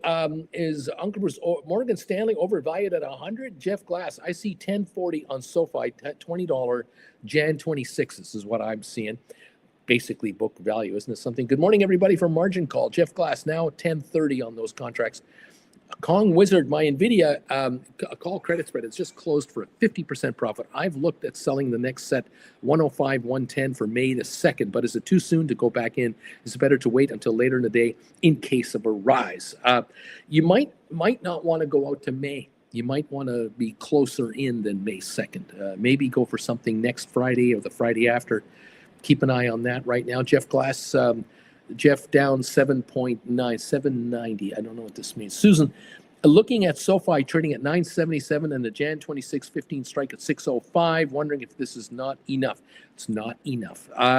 Crazy 49er, golf is the answer. Wait, let me get my shot of vodka in here. Touch grass, good job, call writers. JL just got exercised on 10 Jan 2620 SoFi cash secured puts that I sold for 7. So I just paid 13, and you can turn around anytime you like. Sell the shares at 978 and write $20 calls again and take the 10, 30, 40, whatever you're going to get. Or you can write 17s or you can write 15s. You can go out to Jan 27s if you like and see if you go into the 15s for a premium. JL, you have choices you can make here. Susan Shops, just found my calculator that SoFi cash secured put is a 40% return.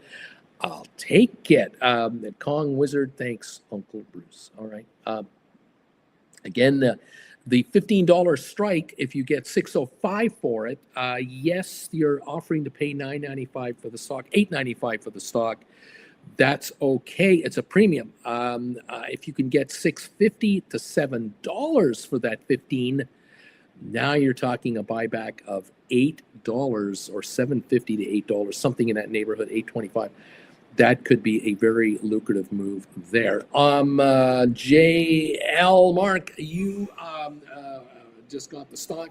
If you sell the shares in this $9.80, $10 neighborhood, and turn around and write 15s, you could theoretically bring in this $7-ish, perhaps premium. Again, depending on the market. You gotta let the market settle in here.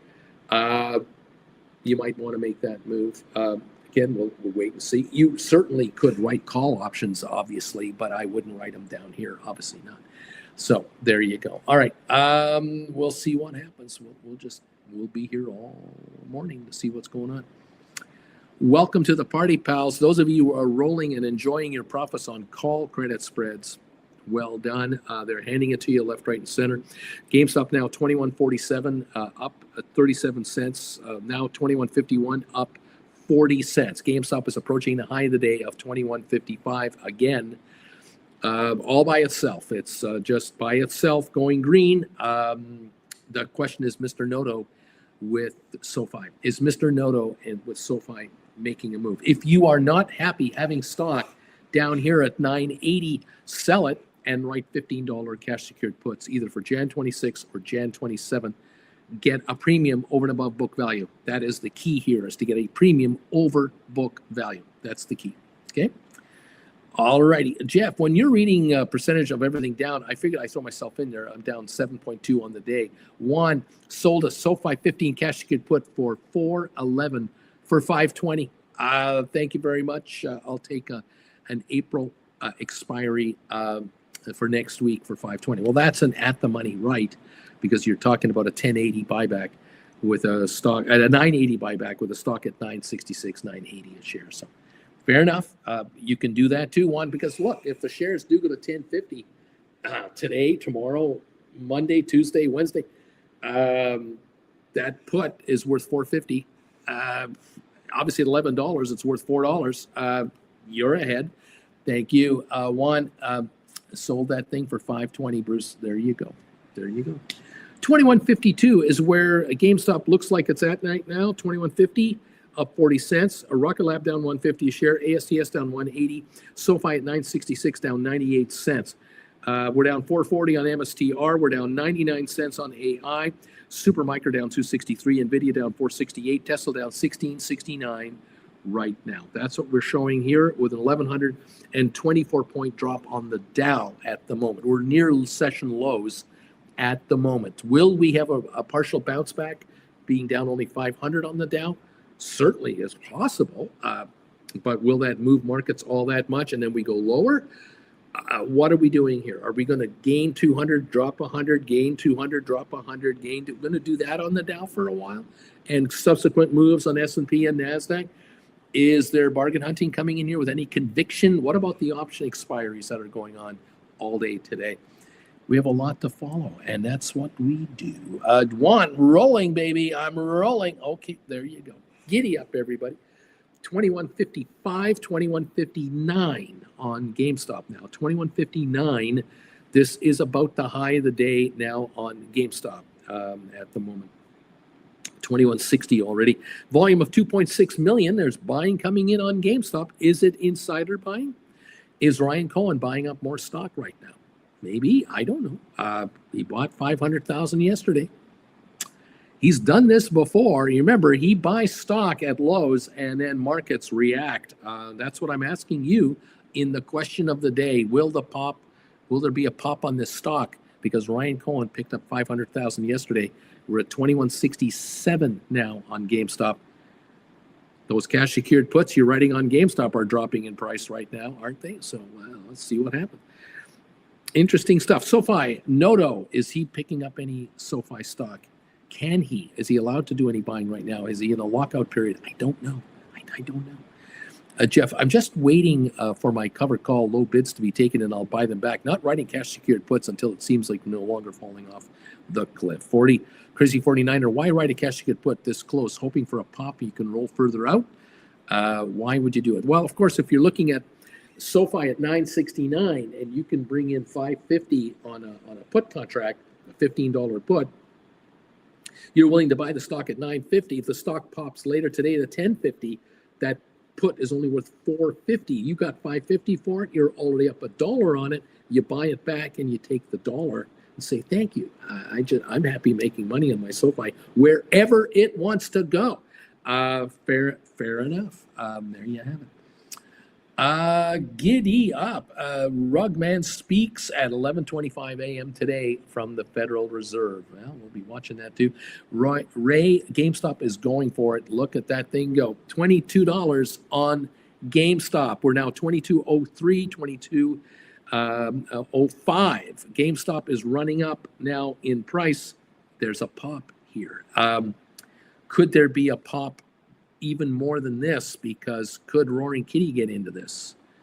I'm just asking. I'm just a guy in front of a computer going, some folks are saying this stock is way too cheap with 6.2 billion in the bank. Way too cheap. Okay, well, we'll see how this plays out. MSTR is up 536. It's not that GameStop's by itself. MSTR is going up. GameStop is going up. The market is down 924 points at the moment on the Dow Jones. We're seeing 150, 200-point moves on the Dow now, just like this, minute by minute. So get ready, get used to this. This is it. Jeff, writing cash to get puts is like gambling to me now. Crazy 49er, got it. Hope for a quick stink bid opportunity. There you go. Absolutely. Bobby, saw an article yesterday, Uncle Bruce. Trump is starting to get angry phone calls between friends in his group. Could be a long weekend at Pennsylvania Avenue this week. He ain't there. He's golfing. He's on the golf course in Mar-a-Lago. All is well in Trump world.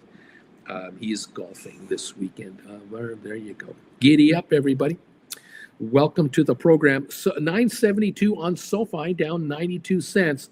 How long will it take for SoFi to have a pop itself? Will it pop to 1050 in like no time and go beyond that? I don't know. 18.3 million volume on SoFi. The low of the day, 9 21.53 is the low on the open market so far.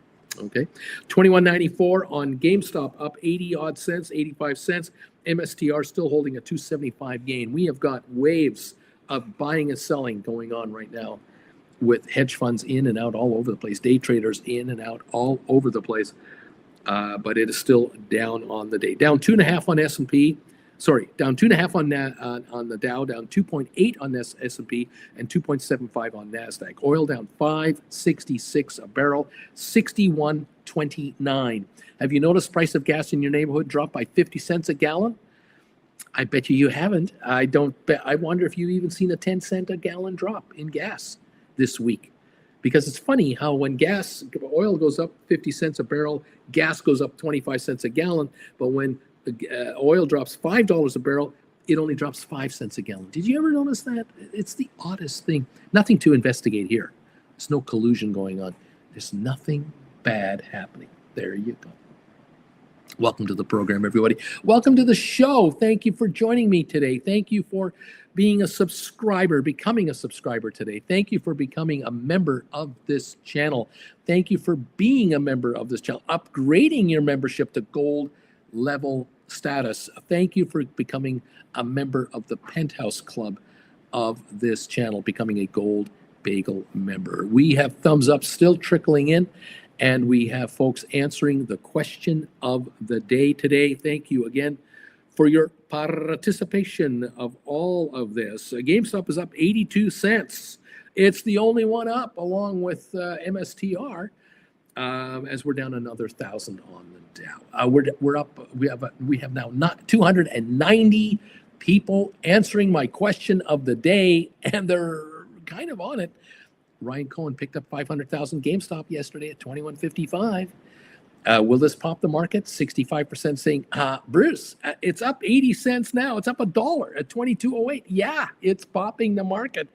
35% of you don't think it's going to work, but it's working now. We're up to 153 thumbs ups. Thank you for that. We're going for 200 every day. Help me out, people. Get that thumbs up button a shot there. Give us some momentum. I appreciate it.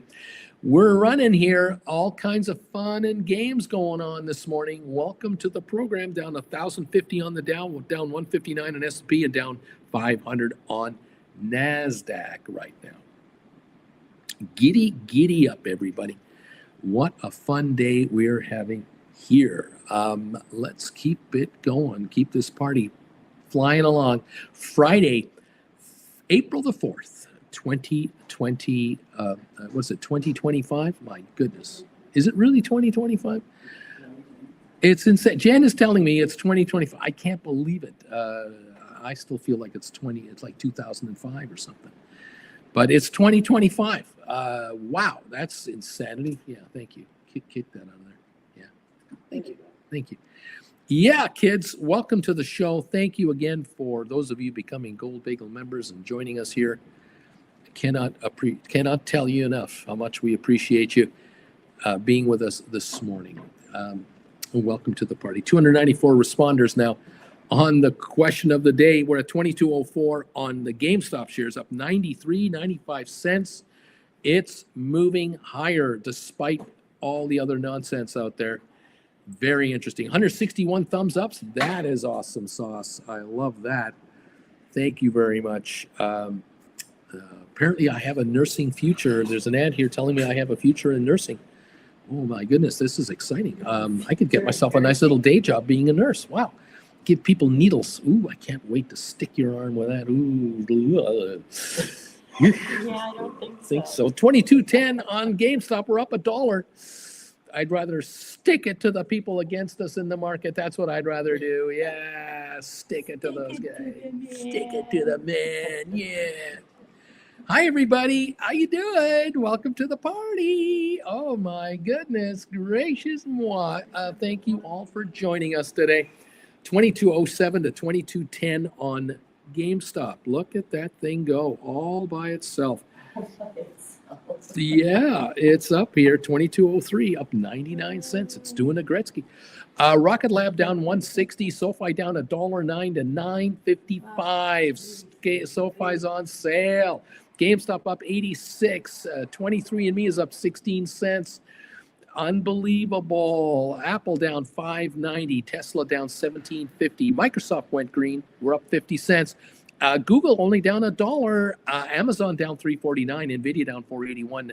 Facebook down 17.50. That's actually $10 better than it was earlier. Isn't that something? I'd rather be holding cash than the shares. MSTR up 42 cents, slipping again. Goldman down $36 to 4.75.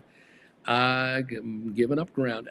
What else is going on? Spiders are down 15.34. Qs are down 13.45. Netflix down $30, 8.86. Oh yeah. IBM down 5.24. Uber down 3.59. HPQ down 1.18 to 22.60. That's a 52-week low right now on HPQ. Interesting. Vanex Semiconductors down 9.96. 52-week low on semiconductor stocks. Interesting. Adobe down 6.34. It's 3.60. We are near the low of the year, 3.53. We may have set that this morning. Enphase also near its low of the year, 55.39, low of 51.63. We may have hit that this morning on the opening. Almost 53.50 was the low. We're at 51.60 for the 52-week low. Enphase near its 52-week low. We're moving into a bear market on some of these stocks. From their highs to their lows, we are definitely in bear market right now on a bunch of stock. 21.75, 21.78 on GameStop as it rallies along here, holding most of this gain. Fascinating. Never a dull moment at all. Thank you for joining me. Hi, Auntie Jen. What's up? Oops. We have oops? Oops. No bagels. No bagels. We ran out of I bagels. don't have any bagels. I got to get off the air. I got to shut this show down. I have no bagels. That's why the market's in free fall. Now we know why the markets are down. There's no bagels in this house. Are you kidding me? But I could give you like Oh, yeah. with the jelly. Oh, yeah. Okay. But not even toasted. Not even toasted. Yeah, nice and soft. I like it soft. If it's too hard, nuke it a bit. Okay. But yeah, that'd be great. Okay. We have no bagels. Jen did not tell me that we ran out of bagels. I asked her yesterday, do we have to go anywhere? Do we have to do anything? No. Oh no, we're just gonna go to the We pool. got food on Tuesday. We're good. We have lots of food in the house. Yeah, that's right. I took that in. Don't worry about the viewers, Uncle Bruce. They can go to hell as far as Auntie Jen is concerned. Screw your viewers. You and your channel. That's what I was thinking. You and your option writers. You go straight to hell. You're going to have bread. Oh, my God. I had no idea. I find out now on the air. No bagels. I just found out. Yeah. Threw the bag out yesterday when she used the last one. Yeah. No, we don't have to go anywhere. No, we don't need anything. I think we're going to Whole Foods today. I think I know where we're going today. Oh, my goodness. Yes. Well, let's see if anyone's reacting to this. Bagel, David was saying, number 165 on the thumbs up meter. Happy Friday, Bagel Familia. Beach Boy, oops. Crazy 49er, no bagels.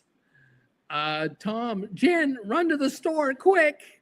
Jarrett, oh no. Juan, I'm confused. I'm really confused.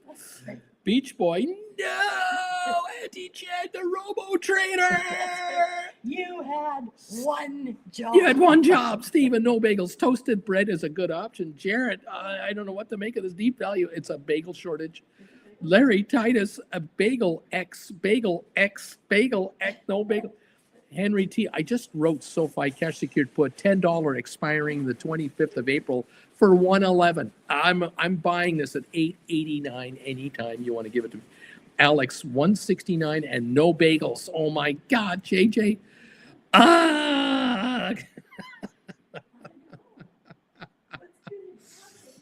Henry, I'm loading up, guys. Splair, now I'm truly disappointed. The crazy tariffs hit Uncle Bruce already. He can't afford to buy bagels. Splair, no cat. I'm not a cat. JJ, bagel tariff hits Rancho Mirage. It's a crisis. There's a shortage of bagels in Rancho Mirage, California. Oh my word. Christina, I just got SoFi cash secured puts for 631 with a $15 strike expiring Jan 26. Giddy up, willing to pay $8.69 for SoFi shares. Not a bad move, Christina. I say stock is $9.41 at the moment. GameStop 21.73 up 63 cents. Giddy up over there as well. Unbelievable. Blair, we need a bagels empty emoji here. Christina, I'm a giver in this market, Uncle Bruce. I give. I give. You guys give me $6. Let's go with those $15 cash secured puts. Thank you very much. Thank you all for joining me on a bagelless Friday. I don't know how I'm going to get by. I don't know. She had one job. One job. Oh my gosh. Cannon on Hill from CNBC. In other news, a small YouTube channel crashed the market today when his host ran out of bagels. This is a developing story. We'll be back after this message. Oh my God. Breaking news. No bagels in Uncle Bruce's household. What? Yeah. Ooh, yes. Well, there you go. You see what happens? You see what happens? There are no words. There are no words. I mean, what's going to happen next? Are airplanes going to fly into skyscrapers in New York City? I mean, how bad can it get? I mean, really, what now am I supposed to witness here in my life? Oh my gosh. The Dow's down 1,200 points. Here goes the free fall. Here we go. We're down 189 on S&P. We're down 626 on NASDAQ. Here we go. We're going lower. No bagels. Yes. Live coverage. Oh my gosh. I'm just a guy trying to help you out, and I have no excuse. I have no words. We're not out of Welch's grape jelly. Thank God for that. We do have that. I could spoon it, you know. My goodness. Savage of Wall Street, rolling, right. Hit him up, hit him down, hit him all the way around. Welcome, Savage of Wall Street, to the show. Oh my goodness, what are we going to do here? I do not know. Here is a sad excuse. We got bread, dry bread, like I'm in jail, for God's sake. It's not dry. It's got butter and jelly. Butter on it. I'll show you dry toast. Where's my bear claw? Sammy was out. No, where's my crumb cake? They were out. Sammy threw in a bear claw. Great. Yeah, what movie is that from? Welcome, everyone, to the Grape Jelly on Bread show. No, small bites. It's yummy. What do you think? It's okay, baby. It's all okay. You tell them that. Yeah, tell them it's all okay. Oh my God, Beach Boy Auntie Jim does the opposite. Uncle Bruce, watch the shrinkage of those toasted bread slices. Don't go near the pool. Don't go near the pool. Christina, she should have thrown some sesame seeds on it. She didn't. No, I was thinking about that. I was thinking about it. Larry Titus. You never mentioned it. Yeah, bread, grapes. Mandu number 5. Good morning, Auntie Jen. Good morning, Mandu. What a suck up Mandu is. Bobby, Auntie Jen cut a hole in the toast. Maybe he won't notice. Oh, that's it. I should have just cut a hole in the middle of the toast. No, don't tell him. Just give it to him like that. Well, he didn't mention he wanted toast either, laughing out loud. Crazy 49er. Just rolled my Tesla $250 cash secured put from January to March for $15 more. Thank you very much. Well done. Oh, baby. Giddy up. My. What can I say? I'm doing the best I can with what I got. Well, between crazy market and curling, I was distracted. Canadian boys are 10-1. No. I think they're 10-1. No.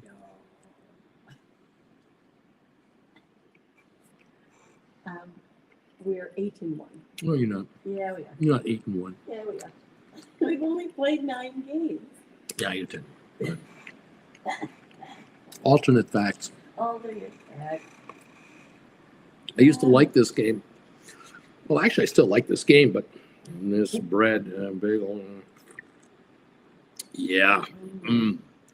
It'll fill your little tummy up. No bagels in the house. Unbelievable. And what a time to find out. One. I don't understand this strategy, And Uncle I Bruce. looked in the freezer knowing we weren't in there.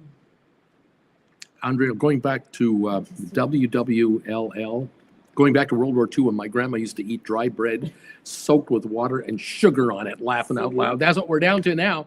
H. Gregory, number 177 on the thumbs up meter. This is the day where I immediately turned into Uncle Bruce for his analysis. Thank you, sir, even though you have to deal with today with no bagels. Unbelievable. Kelly, SoFi down to 929 right now, going lower. Christina, no wonder the market is red. Look at that. No bagels, and down we go. Oh, my God. I'm in jail. Yep, we're down 1,300 on the Dow. We're going lower. Down 203 on S&P, and we're down 648 on NASDAQ. Oh, my goodness. Uncle Bruce, what are we going to do? And this is unbelievable. 2161, 2162 on GameStop, holding a 52-cent gain. There you go. Rocket Lab down $2. ASTS down $2, and SoFi 931 down 133. It's red all over the place. There you go. And no bagels in the house. Corinne, it must have been something to do with the tariffs, Bruce. It had to have been the tariffs. James and Misty Tree sold 4 SoFi April 17 expiry, $10 cash you could put for $1.17. Okay. Looking to buy SoFi at 883. H. Gregory, Bruce, is this worse than 1987? At least, did you have bagels then? How bad was it, man? Savage of Wall Street, I'm rolling lots of cash you could puts of all types, from May, June to January, March 26, and clawing back tons of collateral for premium or pennies, and I lower my cash you could put strike. What is wrong with that, Uncle Bruce? I'm giving up time. So what? Beach Boy, the Knights who say no bagels. You scary bunnies are out as well. I mean, what's going on out there? It's scary as hell out there, Bruce. Run away! Run away! Oh, man.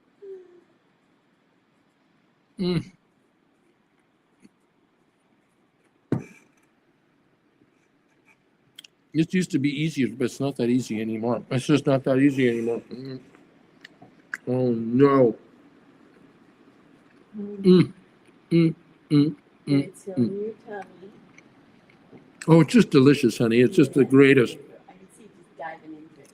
We're Just so happy. nothing like having a slice of bread with grape jelly on it. There are Yummy. starving children around the world. She has one job. One job. Make sure I got bagels and watch all the curling you want. But oh, no. We're watching all the curling we want. We're not getting you any goddamn bagels. Screw you, bastard. Oh, my God. Oh, no. Life is so hard. Hector, Antigen, one job. One.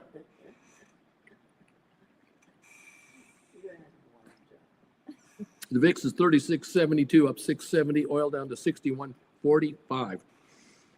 Down goes oil. Christina, now, if she did warm peanut butter and jelly, that would have been amazing. Oh, my God. See, add a little PB to your J. Yeah. Unbelievable. We're still down 1242. Down 193 on S&P, down 602 on the NASDAQ. SoFi 928. Rocket Lab 1590, down 199. And GameStop holding a gain, 2175. up 65 cents or so. Oh my. Christina, and it's not extra toasty. I don't even hear any crunchy. It's not toasted at all. You didn't want toast. No. Because this bread, if you toast it, it gets super dry. I don't like it super dry. Not this bread. It's so dense. It's so thick. The bagel is light, bright. Keep it gay. Corinne, be thankful I'm having a frozen bean burrito for breakfast, Uncle Bruce. The whole thing isn't working out for me. Cannon, good news. We aren't having warm mush today. We're having cold mush today. Oh, it's an awful one today. It's a rough day today. Oh my gosh. Yeah, we got to run to Whole Foods as soon as possible here. I'm going to have to buy 2 packages. Have one in the freezer as a reserve. Emergency reserve, because this isn't working out. Oh my goodness. And maybe Jen is trying to send me a message. Maybe Jen is saying she has a new 5-year plan. And I'm not in the 5-year plan at the end of the plan. And maybe it's a 5-week plan. Like I've been thinking, but we're getting that I've been thinking speech. You want that? Well, I've been thinking, Uncle Bruce. Christina, maybe the bread identifies as a bagel. There you go. Yeah, the markets are sure reflecting that. Oh my God. Intel announced yesterday a joint venture with TSMC, but even this seems to be not really all that helpful today. Jiggity. I'm considering buying back my October 17 GameStop $22 cash secured put. I got $293 for it. I'm thinking about buying it for $535 and then selling a new one for $470 for a net gain of $228. Does this make any sort of sense? Maybe folding my arms is a better move. I don't know what stock price you're talking about with the new contract, so I have no idea what you're doing here. You may want to just sit tight here. Hector, Whole Foods by Monday morning. Pork Pavor. Yes. We'll be on.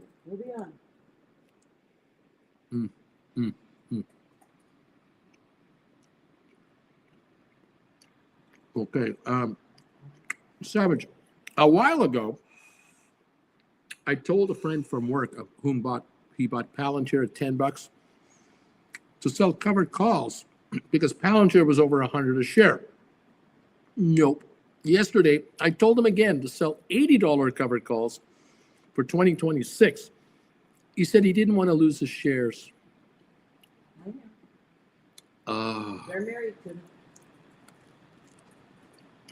Is Noto golfing with Trump? What's going on, Bruce? Mando wants to know. Where's Anthony Noto today? My. I'm just a guy in front of a computer without a bagel. Oh my goodness.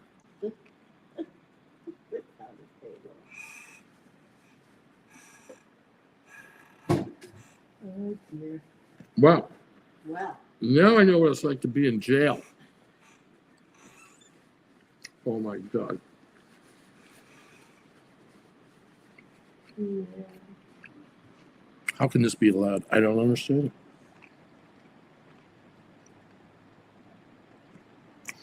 Savage is saying, he's texting me right now because he wants to know, how did I know that the market will drop this much? And that he should have listened to me laughing out loud. Oh my God. Swear. At least I feel today not alone with my black cherry alamander crust bread.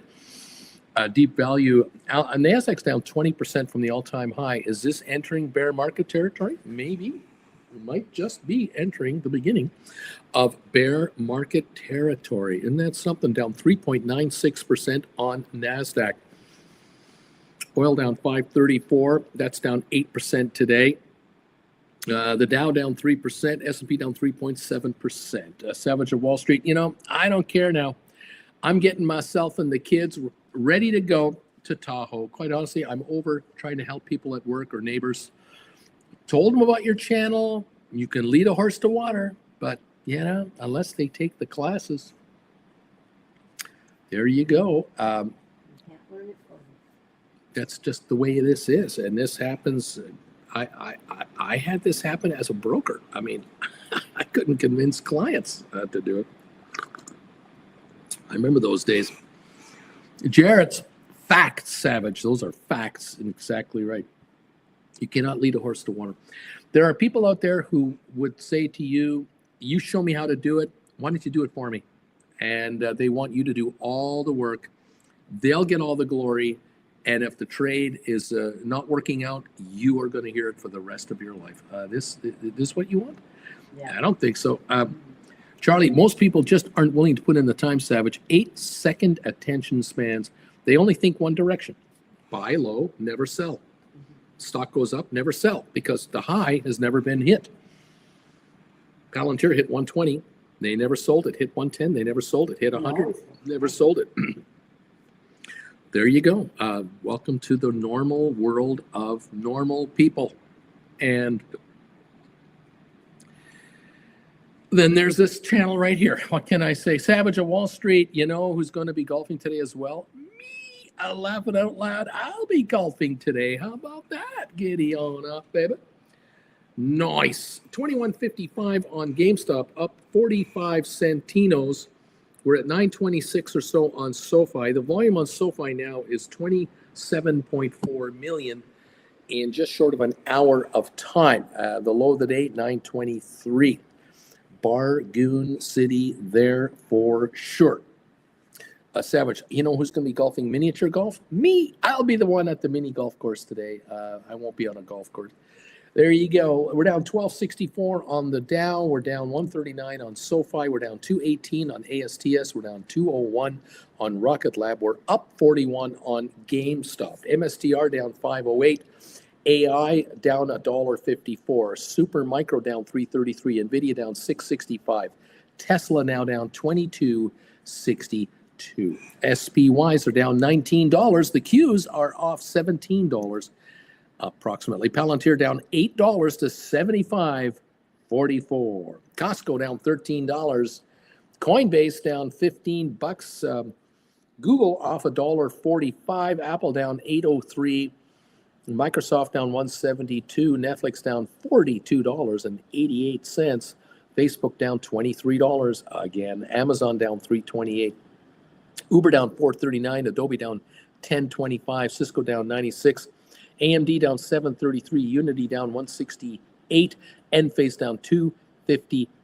Moderna down $1.23 to $24.50 a share. Moderna, in the last couple of years, 2 years ago, not even that, on May 23rd, 2024, not even a year ago, Moderna was $166. It's now $24 a share. What a comeback there. The high of that stock, one of the high trades, September the 12th, 2021, $430 a share. It's now $24.40. Moderna, yikes! What a return.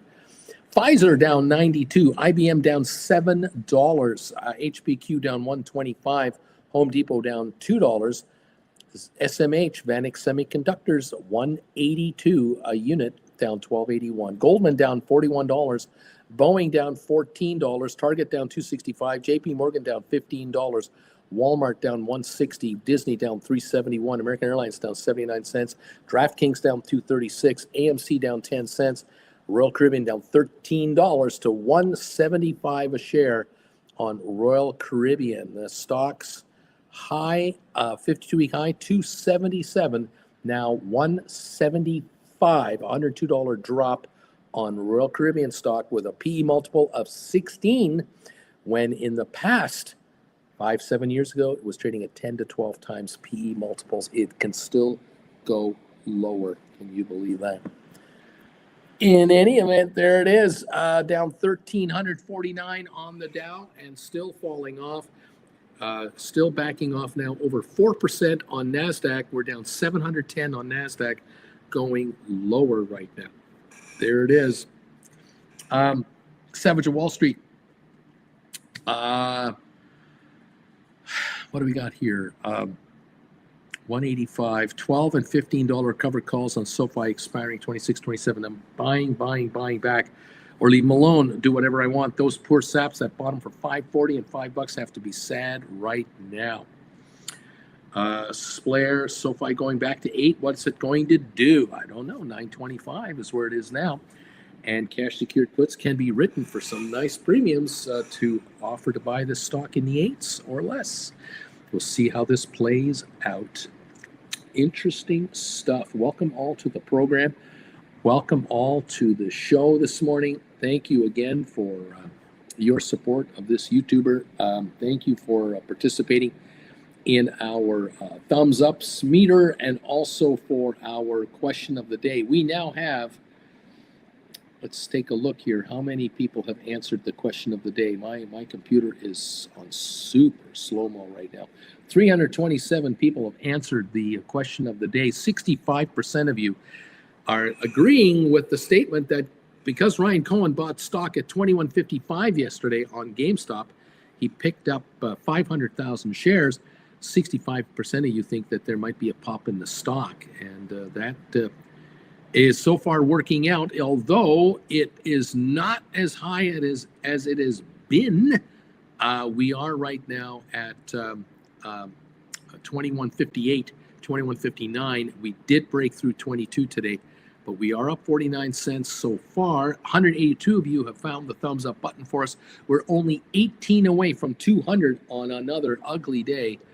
Thank you again for coming through for us. That's why he bought it, don't you think? He bought, that was the high of the day yesterday, 21.55. I don't know. But it's still, on its way down, who knows? He might pick up another 500,000 today for all I know. If he picks up stock every day for 10 days in a row, there will be an effect. I do not think the stock will be here much longer, but hey, I'm just a guy in front of the computer trying to tell you, hey, this tariff thing, not going too well, is it? No, not doing too well at all. And not only are Americans saddled with the largest tax increase in the history of their lifetime, their 401ks are plummeting at the same time. So Americans are getting poorer everywhere you go. There's no escaping the Americans getting whacked out there. But option writers have found a way to stay away from big trouble by being writers of option contracts, and that's what's making this work here. We're down almost 1,400 on your Dow. We're falling again. We're down 220 on S&P, and we're down 724 on NASDAQ. Okay, we're under pressure there. Thank you, everybody. Splair, I've got a SoFi $7 call written. Since it was $14, it's getting attractive to me here. Bobby was at 20 Celsius yesterday in Eastern Ontario. Freezing rain and snow next week. Why not? Well, that's what Calgary just got. They're giving it to you. Cutting Edge Flicks. I have about 40 $20 cash secured puts on SoFi for Jan 16. Should I fold my arms and relax? Yes, absolutely. Keep an eye open for the Jan 27 $15 cash secured puts. Keep an eye on those. If they reach a level where you can buy back 3 of your 20s and write 4 $15 puts for Jan 27, buy the 26s, write the 27s. From 20 to 15, you might be able to make that roll for 0 money out of your pocket. And all of a sudden, you've got 4 contracts going for every 3 you had. You can take, what do you got there? 40, you said? You can take 40 and move up to closer to 50 with a nice little roll up there. Again, I'm just throwing it out there as something to watch for.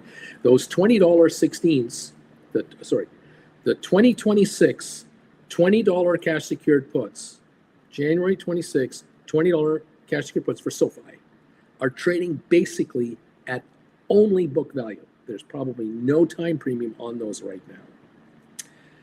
The $15 2027 Januaries may well have a 150 premium on them, above book value.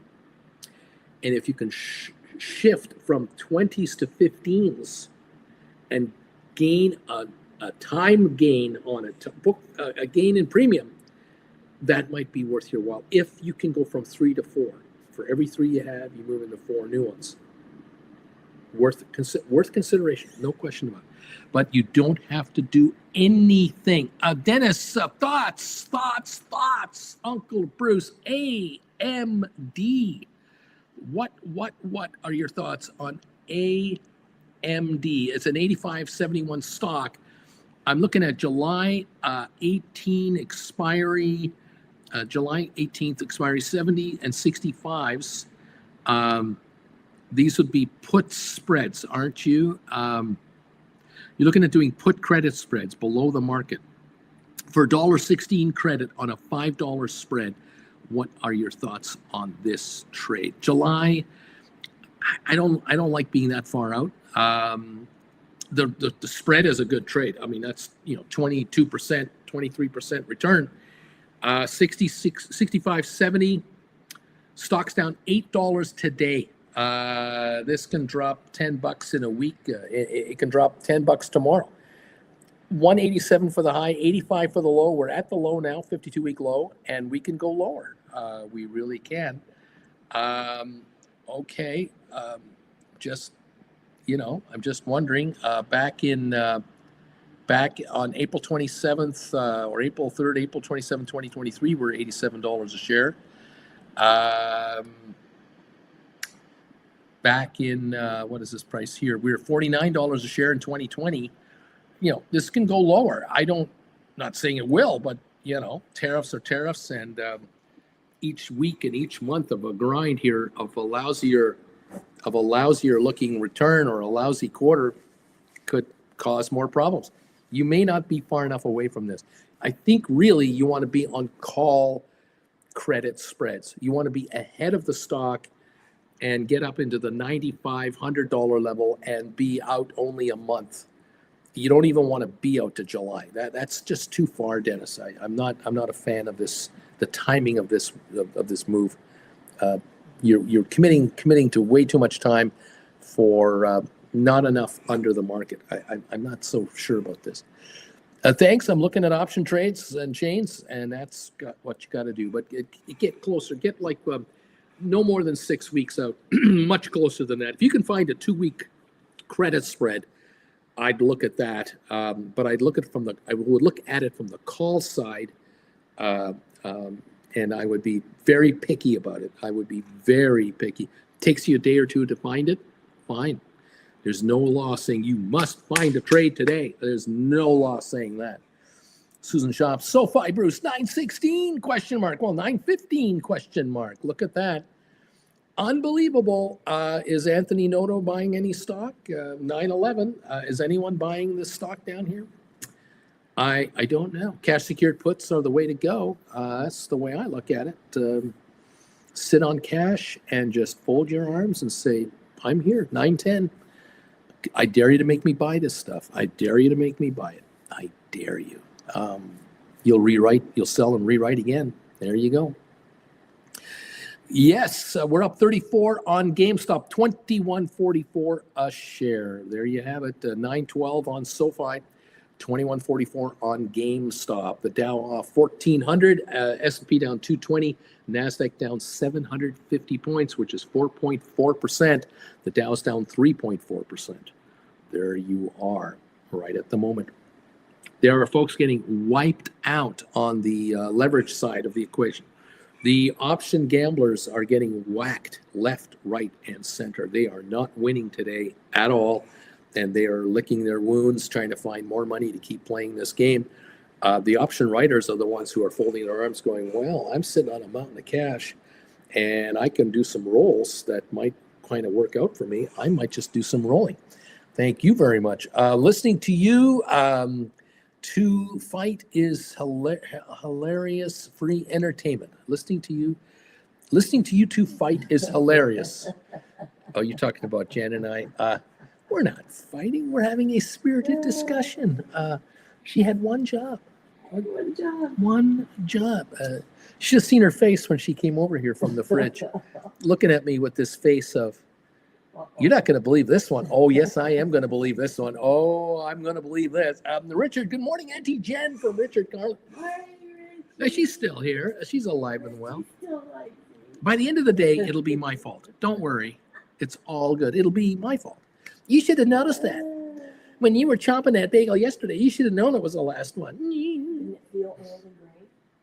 There you go. And we're down 589 on oil, 6106. Charlie, so hard to find good help nowadays, Uncle Bruce. Laughing out loud. It's so hard. It's so difficult. Hostergaard, I had to roll my 5 SoFi Jan 26 puts. 22 down to 15. I got 8 of them now instead of 5, though. Interesting little move. Stock pops a little bit here. I have 8 contracts that I can now roll forward instead of 5. Yes, interesting. From a lower starting point, too. Isn't that interesting? Yes, written that is, yes. Nice going there, Hostergaard. Nice going. Can be done. As I say, you just have to study your chains, study the capital requirement. If you're closing out 20s and moving into 15s, you need 500 less to write a 15 contract. So to write a $20 contract, you need $2,000. To write a $15 contract, you need $1,500. 500 less. If you can go from 3 to 4, 3 20s to 4 15s, and you go from 26 to 2027, that might be the move you make to give you a 33% boost in share allocation to you, power to you. And the stock wants to go to $15 a share sometime this year. You're going to be sitting there going, wait a minute, I went from 30 20s to 40 15s, and the stock's at 15. I'm now going to go from 40 15s to 20s, to 15s to 20s. Thank you very much, Uncle Bruce. I like this game. Well, there you go. Okay, Splayer, in future, you shouldn't only use the live stream camera. You need an extra device on the fridge that watches everything like that stock chart, everything. Keep an eye on your bagels over there. Somebody snuck in there and ate that last bagel of yours. I wonder who that was. He doesn't know how many bagels there are. He doesn't know any. He doesn't know anything. He's so oblivious, so busy with his so-called people. His viewers.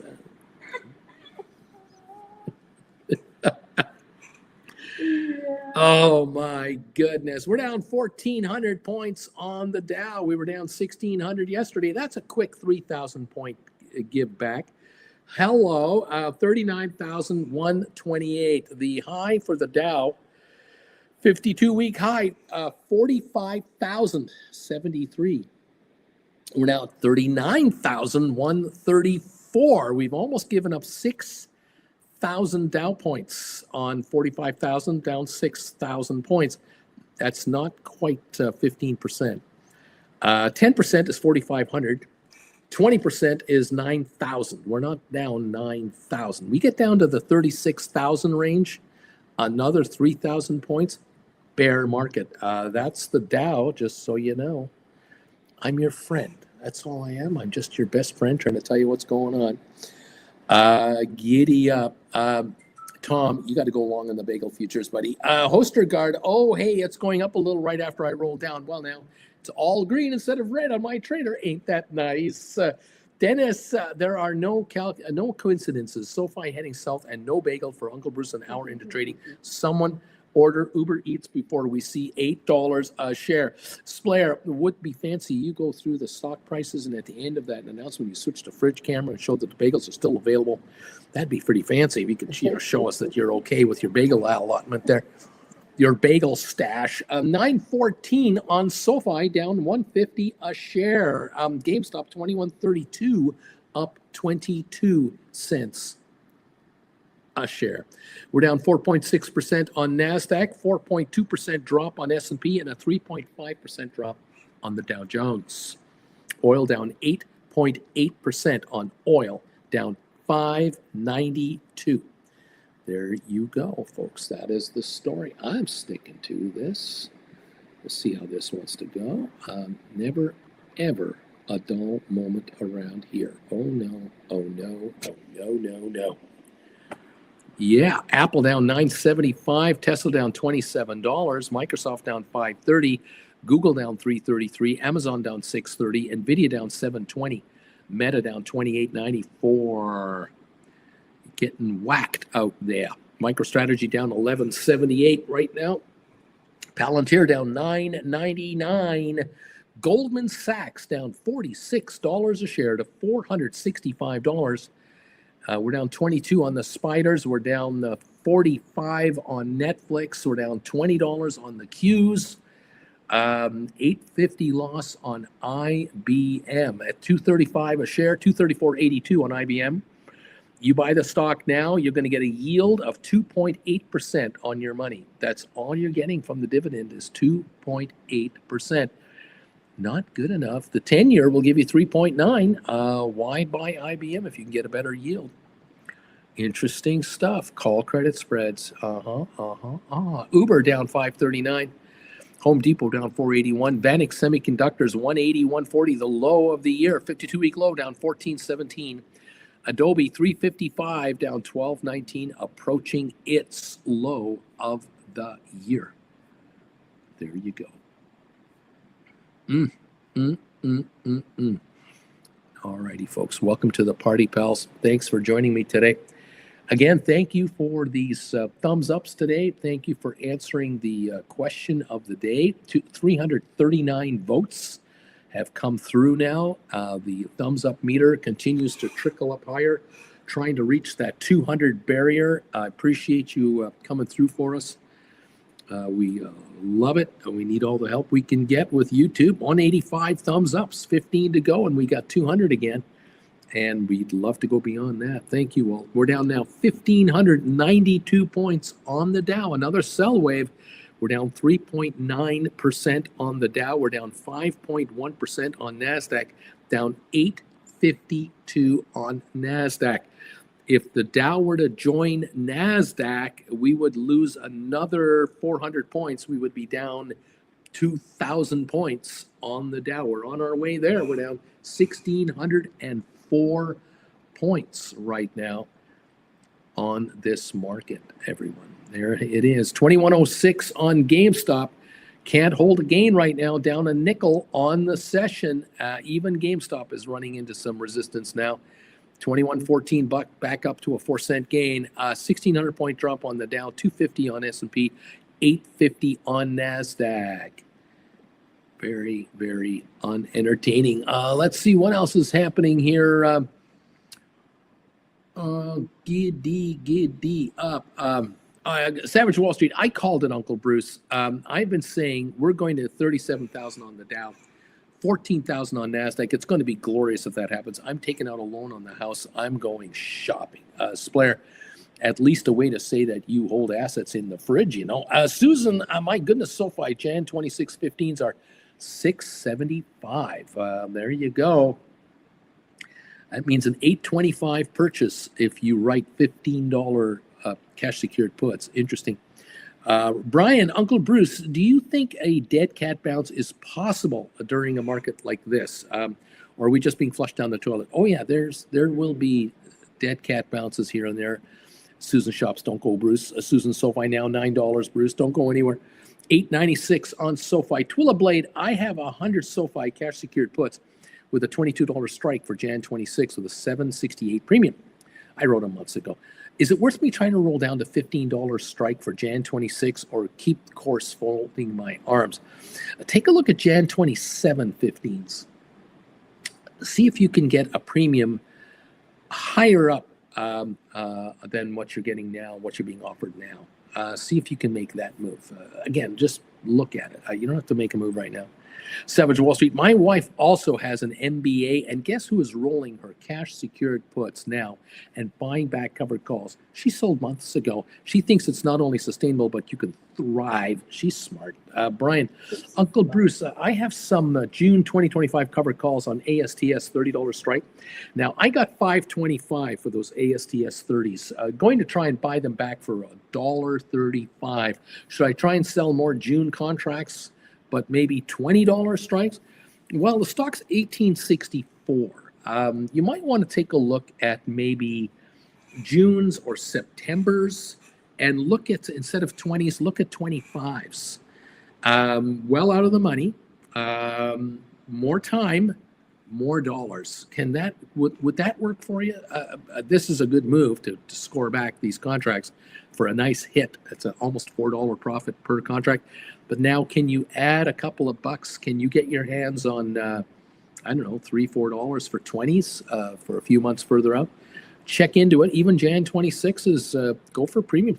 Charlie, bid and ask getting closer and closer to my stink bid. Brian, Nvidia's down 8%, Bruce. Blair, I finally finished the parts of my phone holder for the top of the rodent travel box, and I'm gaining from shorting. What a wonderful day Blair's having today, looking after the rodent box. Dude, this is what happens when there are no bagels. Clearly, it's somebody's fault, and I don't know who it is, but somebody is responsible for this. Savage Wall Street.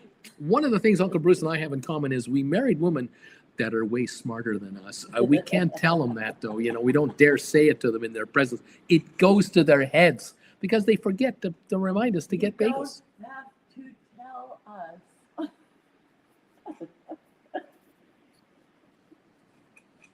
I'm going to go hide now. My little corner. You don't have to say those words. It used to be a lovely life once one had around here. Not so lovely anymore. $20.94 on GameStop, down 17 cents. SoFi $8.95 right now. $8.95, down $1.69 on SoFi. It's on super sale for sure. And again, looking at the option chain is what you have to do.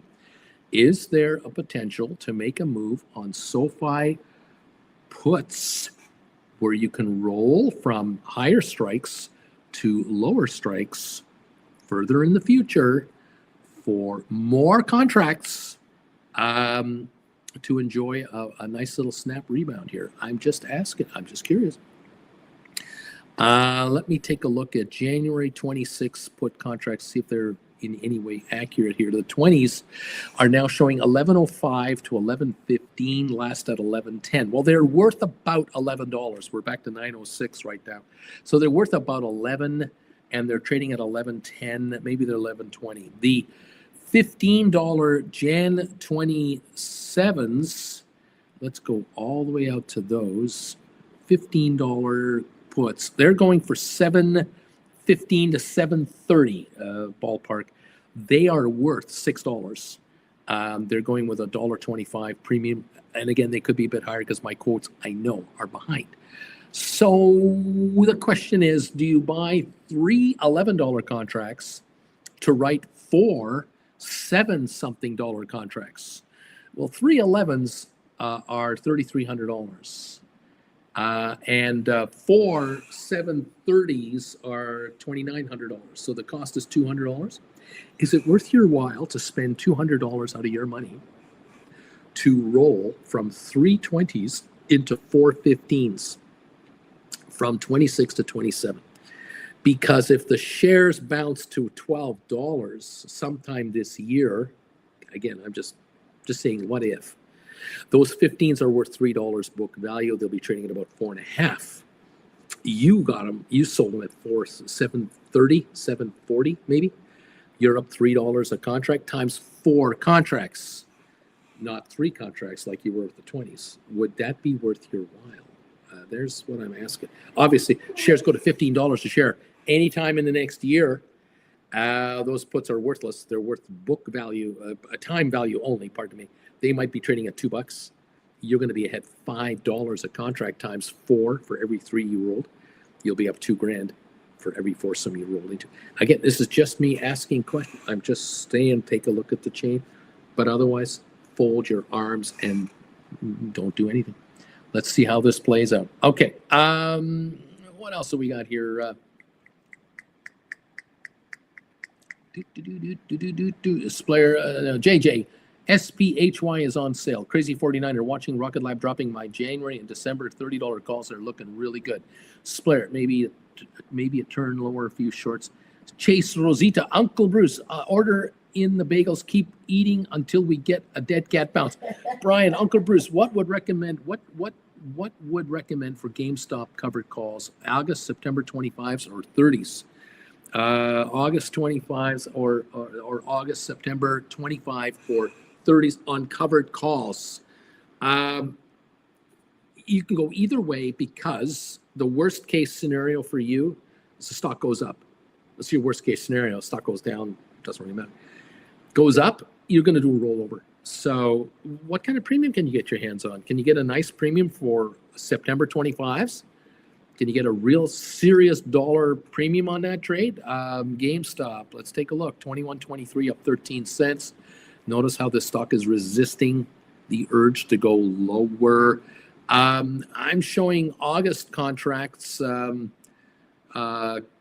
Nothing. I'm showing nothing. Sorry. October's my option chain isn't very good here.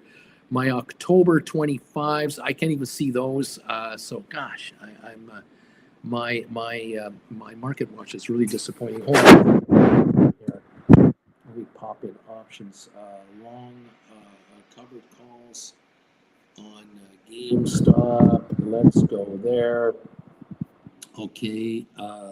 21.19 on the stock. What if we were to write? Okay. September contract. I don't see September's. Am I missing something here on the option chain? Again, you guys have to help me out here. October 25s, 4 to 4:30. I like 4 to 4:30 on an October 25 contract. I do. Even January 26, the 25s will pay you 5 to 5:30, and I'm not sure how accurate this quote is.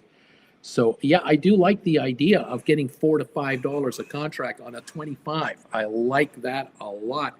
Can you write enough to buy another 100 or 200 shares and write another couple of those? There you go. Uncle Bruce, what do you recommend writing for covered calls on GameStop right now? Just talking about it. Dude, 1 week later, and the Jan 26 350 I wrote on Tesla has come in $1,200. Not bad, but my arms are crossed for now. Going to have to offer a little off a little more for me to be happy. I got $4,200 for this $350 write. Writing the call for $350 has already dropped $1,200. Congratulations, nice job. Always good to be up on a trade, isn't it? I love it. Let's see. Deep Value retail investors bought $4.7 billion in stocks on Thursday, the largest amount in a decade, according to JP Morgan. Jeff, I've been able to buy back some Rocket Lab covered calls at a 50% profit, but that's the only bright spot for today. Oh, there you go. Giddy up 21.40 on GameStop. We're now up 30 cents. Dow is down 1,400, a little better. Still down 220 on S&P. Nasdaq down 763. Okay. On SoFi, $9.18. Low of the day, $8.88. We're now $9.18. $30 snapback rally so far on SoFi. ASTS trading at $19. Rocket Lab $15.66. GameStop up 31 to 21.41. MSTR down 750, AI down 150, SMCI Supermicro down 372, NVIDIA down 745, Tesla down $23 at the moment. Okay, we're down 1380 on the Dow. We're improving a little more, and we're coming on just a little bit here. Don't get up and down excited, but you're going to see swings 200-300 points in 10 minutes all day long to be expected. Okay. All righty, there it is. Look, we're just going with the flow. Option writers, be cash heavy. Take the daily interest. You get an opportunity to do a rollover that works for you. You make a rollover that works for you. That's all there is to it. Giddy up. Juan, I've been a member for this man's channel for 5 months. Neat. Thank you, Juan. Thank you for joining us and being a member. All of you who've joined this channel in the last while, we thank you so very much. Gold Bagel member is from Juan with knee emojis coming in there. Thank you, man. Appreciate it. We have the thumbs up meter still climbing. Are we getting to 200 yet? How close are we now on the thumbs ups meter? Showing 189, 11 away from 200 on another heavy down day. Thank you, everybody, for coming together for us. We have 346 people voting on the question of the day. GameStop was picked up. Ryan Cohen bought 500,000 shares yesterday at $21.55. I think that might make the stock pop a little bit. 66% are saying, yeah, I think it will pop the market a little bit here. It will have an effect. Only 34% say no. So it's a 2-to-1 ratio in favor of thinking there's going to be a pop in the market. We'll figure that out. We'll be here to watch it, guys. We're not going anywhere. It's not like we're being kicked out of the world, Giddy up, kids. How are you enjoying your new president? How's it going, kids? Are you happy? Those of you who voted him in there, hope you're happy with that guy. What a breath of fresh air that was, huh? Yeah. Sure beats Sleepy Joe Biden, doesn't it? Because after all, that guy didn't say anything and didn't do anything. Just, walked slowly. This is more exciting, right? Way more exciting. Very depressing, says Cutting Edge. Seeing my countdown 20 grand today. I don't like it. There you go. Savage Wall Street. Someone once said, if the stock market drops 1,000 points 2 days in a row, the president must resign. I agree. You must resign now. There you go. Bobby Atkinson, Trump change, 2P. Trump change, 2P. Okay, there you go. We're down 1396 on the Dow Jones, 222 on S&P, down 766 on the NASDAQ market. Trump says his policies will never change. Why he's contradicting himself? Question mark. Headlines coming across. What can I tell you? Dude, on the bright side, now we have a lovely gap to fill. There you go. Oh my. All right. Do not be surprised if we have a 500-point rally at any time. Don't get overexcited about it. But don't be surprised. And don't be surprised if the backing off is only 200 or 300 points with another 300 or 400-point rally. You might see some of that going on as the day wears on. Wouldn't surprise me. Dead cat bounces are in the offing. We could have a Monday opening, a very solid Monday opening. We might be up 500-600 points right away Monday morning. Don't be shocked at that either. Rocket Lab at 1586 down 203. And SoFi at 937 now, down $1.27. ASTS at 1950, down 208. Rocket Lab, like I said, down 201. GameStop up 61 again, 2171. GameStop climbing again towards that, ultimately to 22 and higher. That's what's going on. Interesting. Apple down 770. Tesla down $20. Microsoft only down 275, Alphabet down 119, Amazon down 420, Nvidia down 650, Meta Platforms down $20.54, Supermicro down 330, ASTS down 186, AI down 127, Palantir down 768, MicroStrategy down 421, Unity down 150, Goldman down $38, that's $7 better. Cisco down 70 cents, Spiders are down 1680. Qs are down $15.57. Netflix down $39, not $45. Pfizer down 74. Arc Innovations down 307. IBM down 560 instead of $7. Uber down 420. HPQ down 126. Home Depot down 12 cents. That's recovering quickly. Vanik down $12. Adobe down $9.20, and Enphase down $2.30 a share. There you go. Alrighty, there we have it. 937 now on SoFi, down 127. The low of the day on SoFi, 888.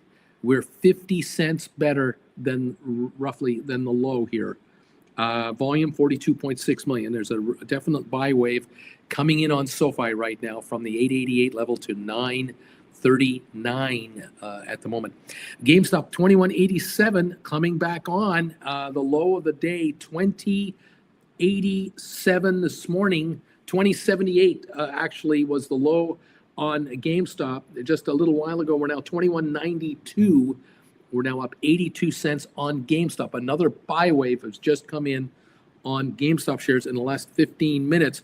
6.6 million buying going on GameStop. So there could be more inside buying going on for all we know. There could be bargain hunting galore going on. I do not know.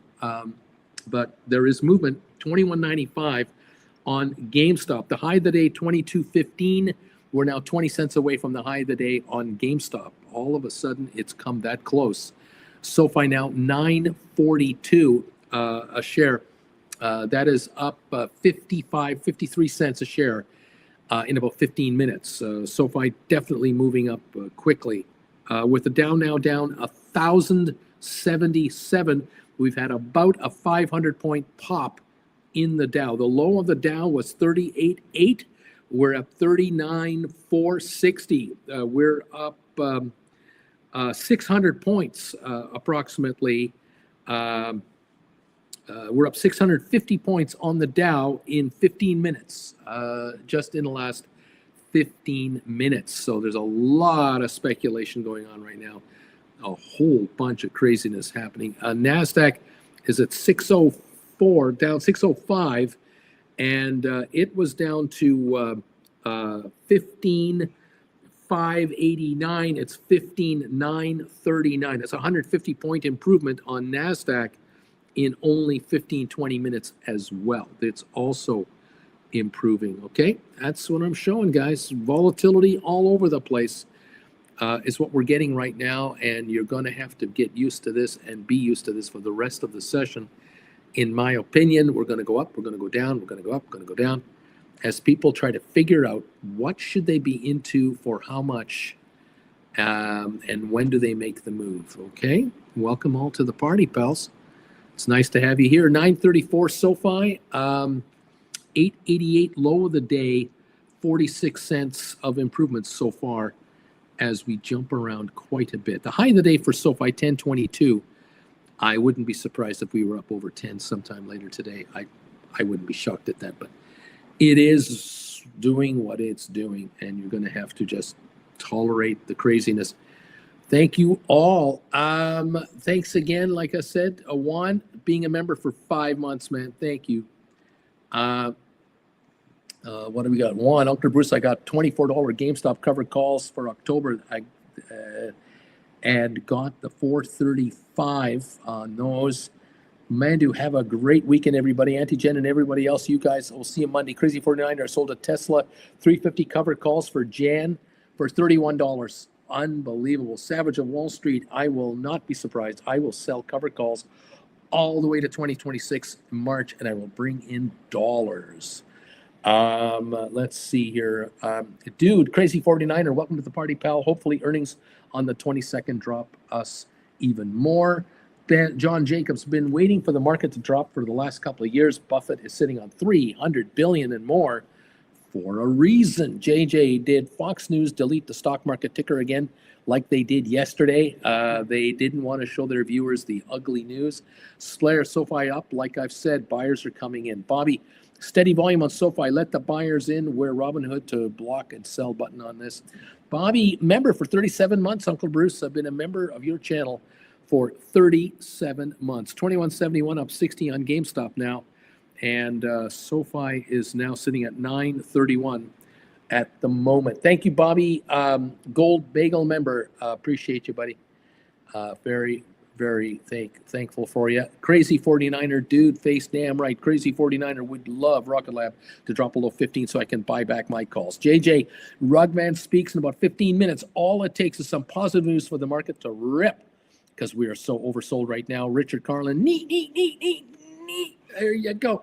Down 1160 on the Dow. Down 192 on S&P, down 647 on NASDAQ. So we're off the lows of the day for sure. The question is by how far, how much, and what kind of conviction will this market show us? 2182, another run up on GameStop. It got to 2190, backed up a bit. Now it's coming on again. Volume over 7 million on GameStop. Let me double check that. Almost 7 million volume on GameStop today. I think someone is nibbling up the stock. I think it could be Cohen. It could be anybody, but 7 million almost traded, and it's up. Someone's buying it. Someone's buying the GameStop. They're sitting on 6.2 billion in cash. This is hardly a risky trade all of a sudden. So there you go. Fascinating. Almost 7% shorted. Nothing great there, but the stock is holding again nicely. Interesting stuff. SoFi 936, 48 cent recovery so far from the low of the session, still down 128. ASTS was down to $19. It's now $19.71. As a matter of fact, it got down to 18.50 and it's now 19.72. There's a $1.20 recovery on ASTS in the last 30 or so minutes. Rocket Lab now $16 here, down 190. The low of the day, $15. A $1 snapback on Rocket Lab. MSTR was as low as 265. It's now 275. It came back $10 a share very quickly. There's money coming into the market right now. NVIDIA 94.77. The low is 92. So we bounced back about 260 a share there. Was still off $7 a share from the 960 loss. Tesla down 22. Palantir down 794. Coinbase off $15. Welcome everyone to the show, the program. Welcome to the fun time zone as we follow this market here at the moment. Thank you all for joining me today from wherever you are. Hope you're having a fun time. Hope you option writers are making nothing but money. It's nothing personal. You're just making a bunch of money from the market. It's handing it to you. Why not? Splairs wishing you all a great weekend. JJ, Trump, smack, talking Powell. Okay, well, we'll see what happens here. 8:11 on the time of the day, 11:11 Eastern time right now. All right, 1,083 on the Dow now. We're improving. We're down 1,077 here. We're down 179 on S&P. We're down 582 on NASDAQ. All markets are improving again. We've got a surge. 2183 now on GameStop. SoFi 938. ASTS is trying to get back to 20. It's 1977. Rocket Lab looks like it wants to go back to 16. It's 1598 right now, looking to go back to 16. Okay, AI over $19 again, 126 down dip at this point in time. All right, guys, there it is. 2185 on GameStop. We're 30 cents away from the high of the session on GameStop. 2186 now at the moment. Down only 994 on the Dow. We just cracked that 1,000 barrier. We were as bad off as 1,600, 1,400 for sure. We saw. We're back down to about 1,000. Interesting there. More buying coming into the market. 2187 on GameStop, trying to get back to 2190. Okay. All right. I'm watching a whole bunch of stuff. Yes, ASTS, Bruce, is over 20 again. It's broken through over $20. So there you go. Very good. Thank you for the update. My units are behind. I'm definitely behind here on my quotes. 2192 now on GameStop. We're now within 25 cents of the high of the day on GameStop, and it's coming on right now. Interestingly, there. Okay, there you go.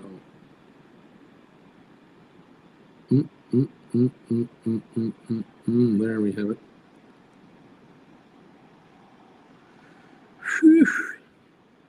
Thank you all for joining me today. Appreciate you. There we go. Looking at my emails. Trying to stay on top of all this stuff here. Okay, there we go. The Dow still off. It looks like 985 is what the Dow is down right now. 985. Okay.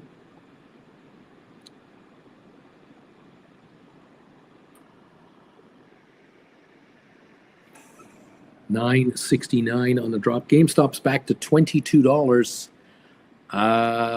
And Brian, my buyback didn't hit. Poop. Houstergard, SoFi is doing better, which is nice. There you go. Giddy on up, everybody. $9.56 on SoFi now, down $1.08. Definitely improving. $22 on GameStop. $16.26 on Rocket Lab, right through 16 like a hot knife through soft butter. We've got Apple down 647, Tesla down under 20 now, down 1950. Microsoft only down 250, Alphabet down 81 cents. We're coming on. We're down 160 on Amazon. $6 on NVIDIA at the moment. Meta down $17. The Meta shares hit a low today of $4.94. We're at $5.14. A $20 improvement on Facebook in an hour. So that is a serious turnaround on the Facebook shares. SoFi right now, 961 after hitting 888. So we're 73 cents better. Still down 103, but 73-cent improvement on SoFi pretty quickly here. GameStop right now is showing, here we go, 2208. The high of the day, 2215. We're just about to break it. We're trying to break into a new high for GameStop now. Up 98 cents at 2208 right now. Okay. Barron's headline, Nintendo delays Switch 2 pre-orders in the U.S. to assess impact of Trump's tariffs. Interesting stuff. Down 1,000 on the Dow, down 162 S&P, down 514 on NASDAQ. 2.5%, 2.38% on the Dow actually on the downside, as opposed to close to 5%. And NASDAQ is down 3% instead of about 5.5%. They've definitely had some improvement here. The NASDAQ's now down 496. 2215, we're back to the high of the day on GameStop. We have reached the high of the day again on GameStop shares at 2215. Just saw the trade happen a moment or two ago. All right, SoFi now 964. We're up 76 cents from the low of the session at the moment. Alrighty, everybody. Welcome to the party, pals. Nice to have you joining us today. Trying to stay on top of a lot of simultaneous activity here. Boy, there's stuff going on all over the place. Okay.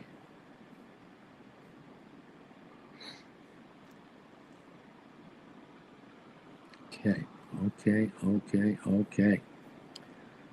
Thank you for these thumbs ups again, everybody. We're going to hit 200 the way it looks here. 361 votes are in on the poll question of the day now. 2213 again on GameStop.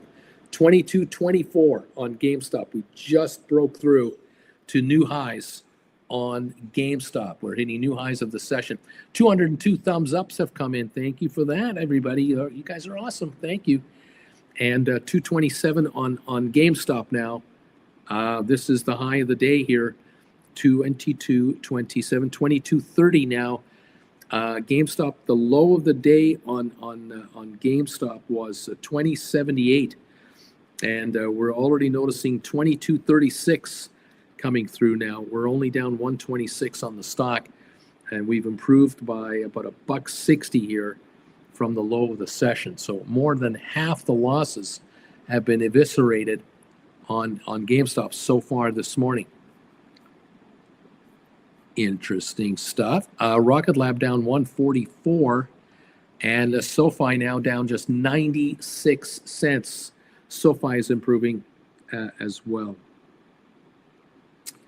Looks like 970, something like that on SoFi. We've come back almost, it looks like 80, 90 cents from the low. We've come on quite a ways here. Yeah, SoFi looks to be gaining a little more ground right now. All right, Dow's still down 988. We haven't seen much improvement in the last 5 minutes there, but not deteriorating that much. And NASDAQ down 523, S&P down 165. Okay. All right.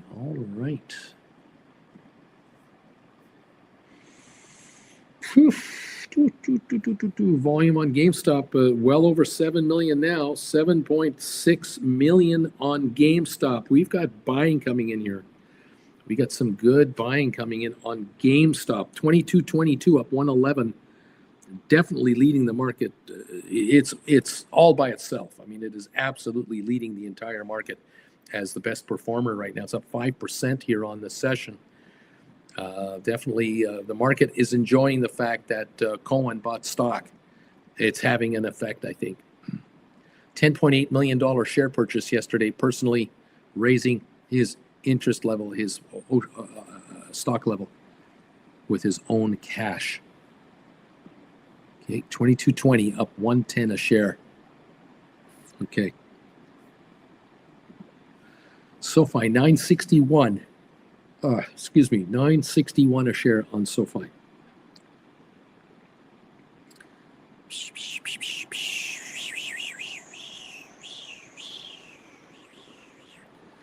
Okay, there we go. There, we're going over there.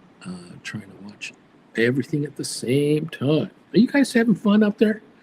You enjoying yourselves? Let's see. Powell's going to speak in 10 minutes. And let's see. What else? Huh? What? This wasn't scheduled. No. It's he's doing a press conference or some kind of a speech somewhere. Yeah. Splair, I see ACB again above 4. Intel almost again at 21. Walter Young, thumbs up number 201. It's been beautiful in Scotland. Right on, pal. Enjoying Scotland. Splair, I'm confident SoFi will get back to $10. Luke sold a SoFi June 20th, $9 cash secured put for $1.50 earlier. I'm already up 16% on this. Pickcomb morning, Uncle Bruce C. I remember saying SoFi will be under 10 2 weeks ago. Luke, been rolling like crazy all morning. JJ, CNBC headline, President Donald Trump says Fed Chair Powell should cut interest rates and stop playing politics, published Friday, April the 4th, 2025 at 11:15 a.m.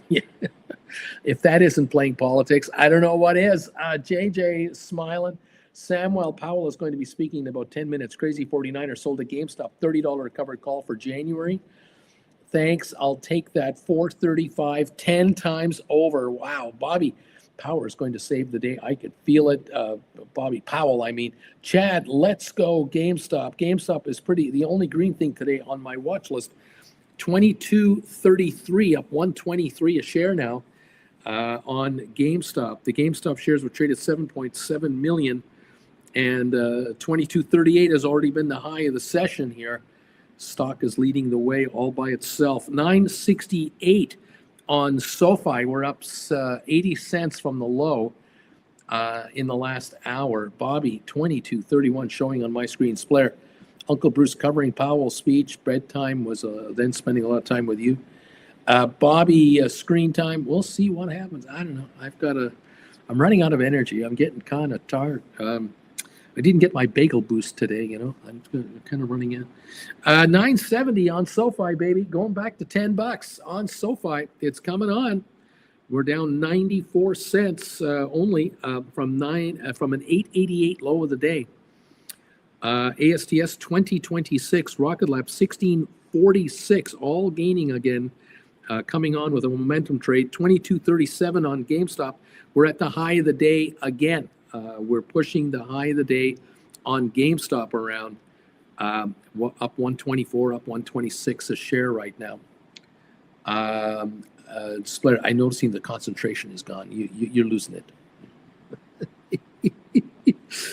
You're losing it, Bruce. MSTR is down 19 cents. MSTR about to go green. We're up down 86 on AI. It's coming back. Well, we'll see how this plays, kids. Just a guy in front of a computer telling my option writing viewing audience, keep writing and keep writing and keep writing. Giddy up. Brian, I'm looking at June 25s now for about $3, says Brian. I sold, he says, I sold 5 GameStop May 16 25s for $1.75. And now I'm looking at 25s for about $3 for June. Interesting. So that might be a roll up there. Chad, Uncle Bruce, my brother told me about an 8-hour show you did in 2021. Maybe if GameStop pops, you'll spend the day with us. Yes, I remember those days. The stock would go up $40 in a day. You remember that? It would fluctuate $40 in a day. Those are different times. Bobby, Bruce, SoFi, 975. definitely moving higher. Yes, indeed it is. Giddy on up, kids. 976. SoFi now 88 cents higher than the low of the session. Brian, how am I supposed to do a real job? This is too damn exciting. Brian, Auntie Jen, get Uncle Bruce a Coke. Stat. No, I've got a Coke going. There's just no caffeine in it. So, nap time is calling me big time.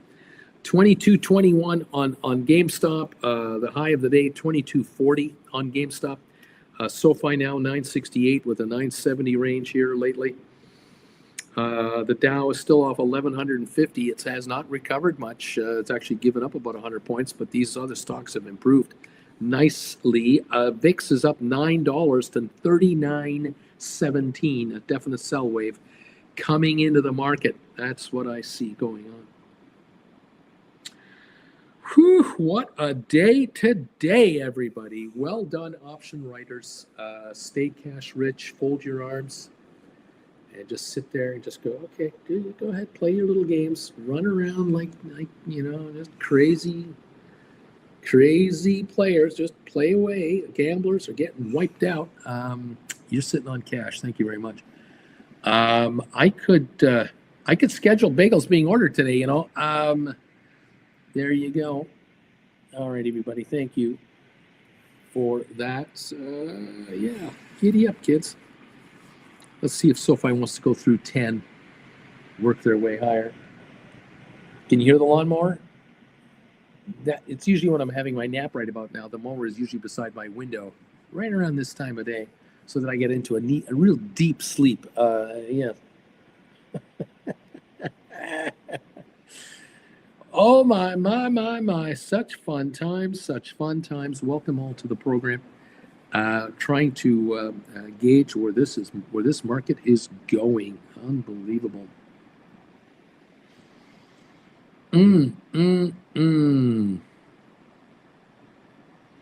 Thank you for joining in. All right, we're down 1,300 now on the Dow. Another setback, another pullback, another sell-off. Some more selling coming in. And we have a 205 dip now on S&P and 606 on NASDAQ. All three markets are dropping again at the moment. We'll see how much there is to it, whether the reversal will be even stronger. And do we gain now 500 points from here to be down 800 on the Dow from a 1,300 point loss? What's going to happen? Do not be surprised if we get these waves now of movement. You should get a sound machine now with a lawnmower sound on it. Yeah, that's what you should get. Brian, remember when GameStop had 60 million shares outstanding and over 100% shorted? The stock would trade over 100 million a day. I think there was a day that was almost 500 million shares traded.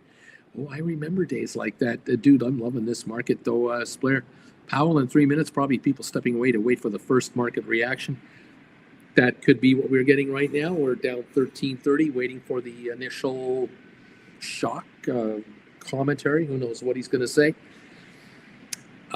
Maybe the Dow will run up a little bit because of it, or run further down because of it. I don't. I'm just a guy, just saying. I'm not sure. I'm here, watching, waiting, reacting, yawning, hanging in. I'm just your bagelless Canadian. That's all I am. I'm just a homeless, bagelless Canadian sitting in front of a computer just for trying to help you make money. There it is. Oh no, says Brian. Rugman is talking. Yes, we'll be going more red. Not like he's going to cut interest rates anytime soon.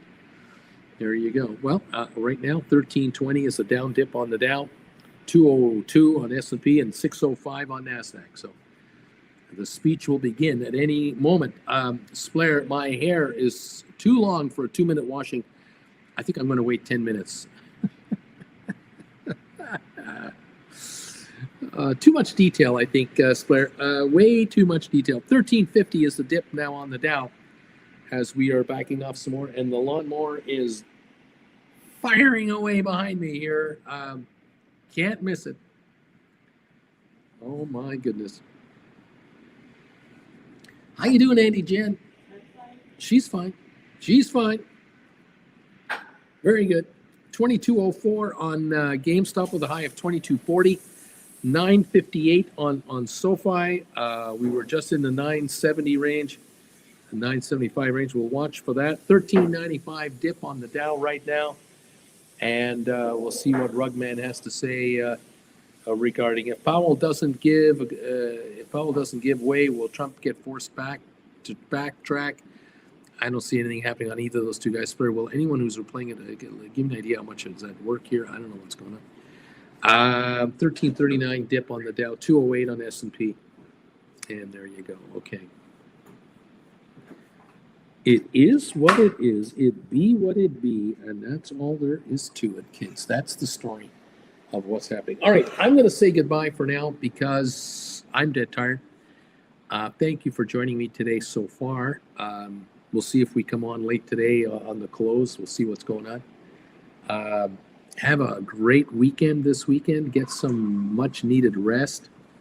We'll do the same here. We'll be getting bagels though, for sure. That'll be a top priority. But we'll keep you posted on what's happening. Keep writing, get richer, stay cash heavy. Enjoy those call credit spread returns. You deserve those, of course. Larry, have a good one. Weekend, Uncle Bruce, Andy, Jen, and everybody else. Samuel, neat. Don't forget the knee emojis. Charlie, thanks, Uncle B. Have a great weekend, everybody. Blair, enjoy the weekend. Dude, thank you, Uncle B. Lee Mortimer. Neat. Juan, thanks so much, Uncle Bruce, and Jen. Have a good one. Thank you, guys, for all your kind support, your wishes. We'll keep you posted. We'll keep an eye on things with you. And let's see where everything leads. In a few seconds, Jen and I are going to say our goodbyes. Are you ready, Auntie Jen? I'm ready. She's ready. 3, 2, 1, good.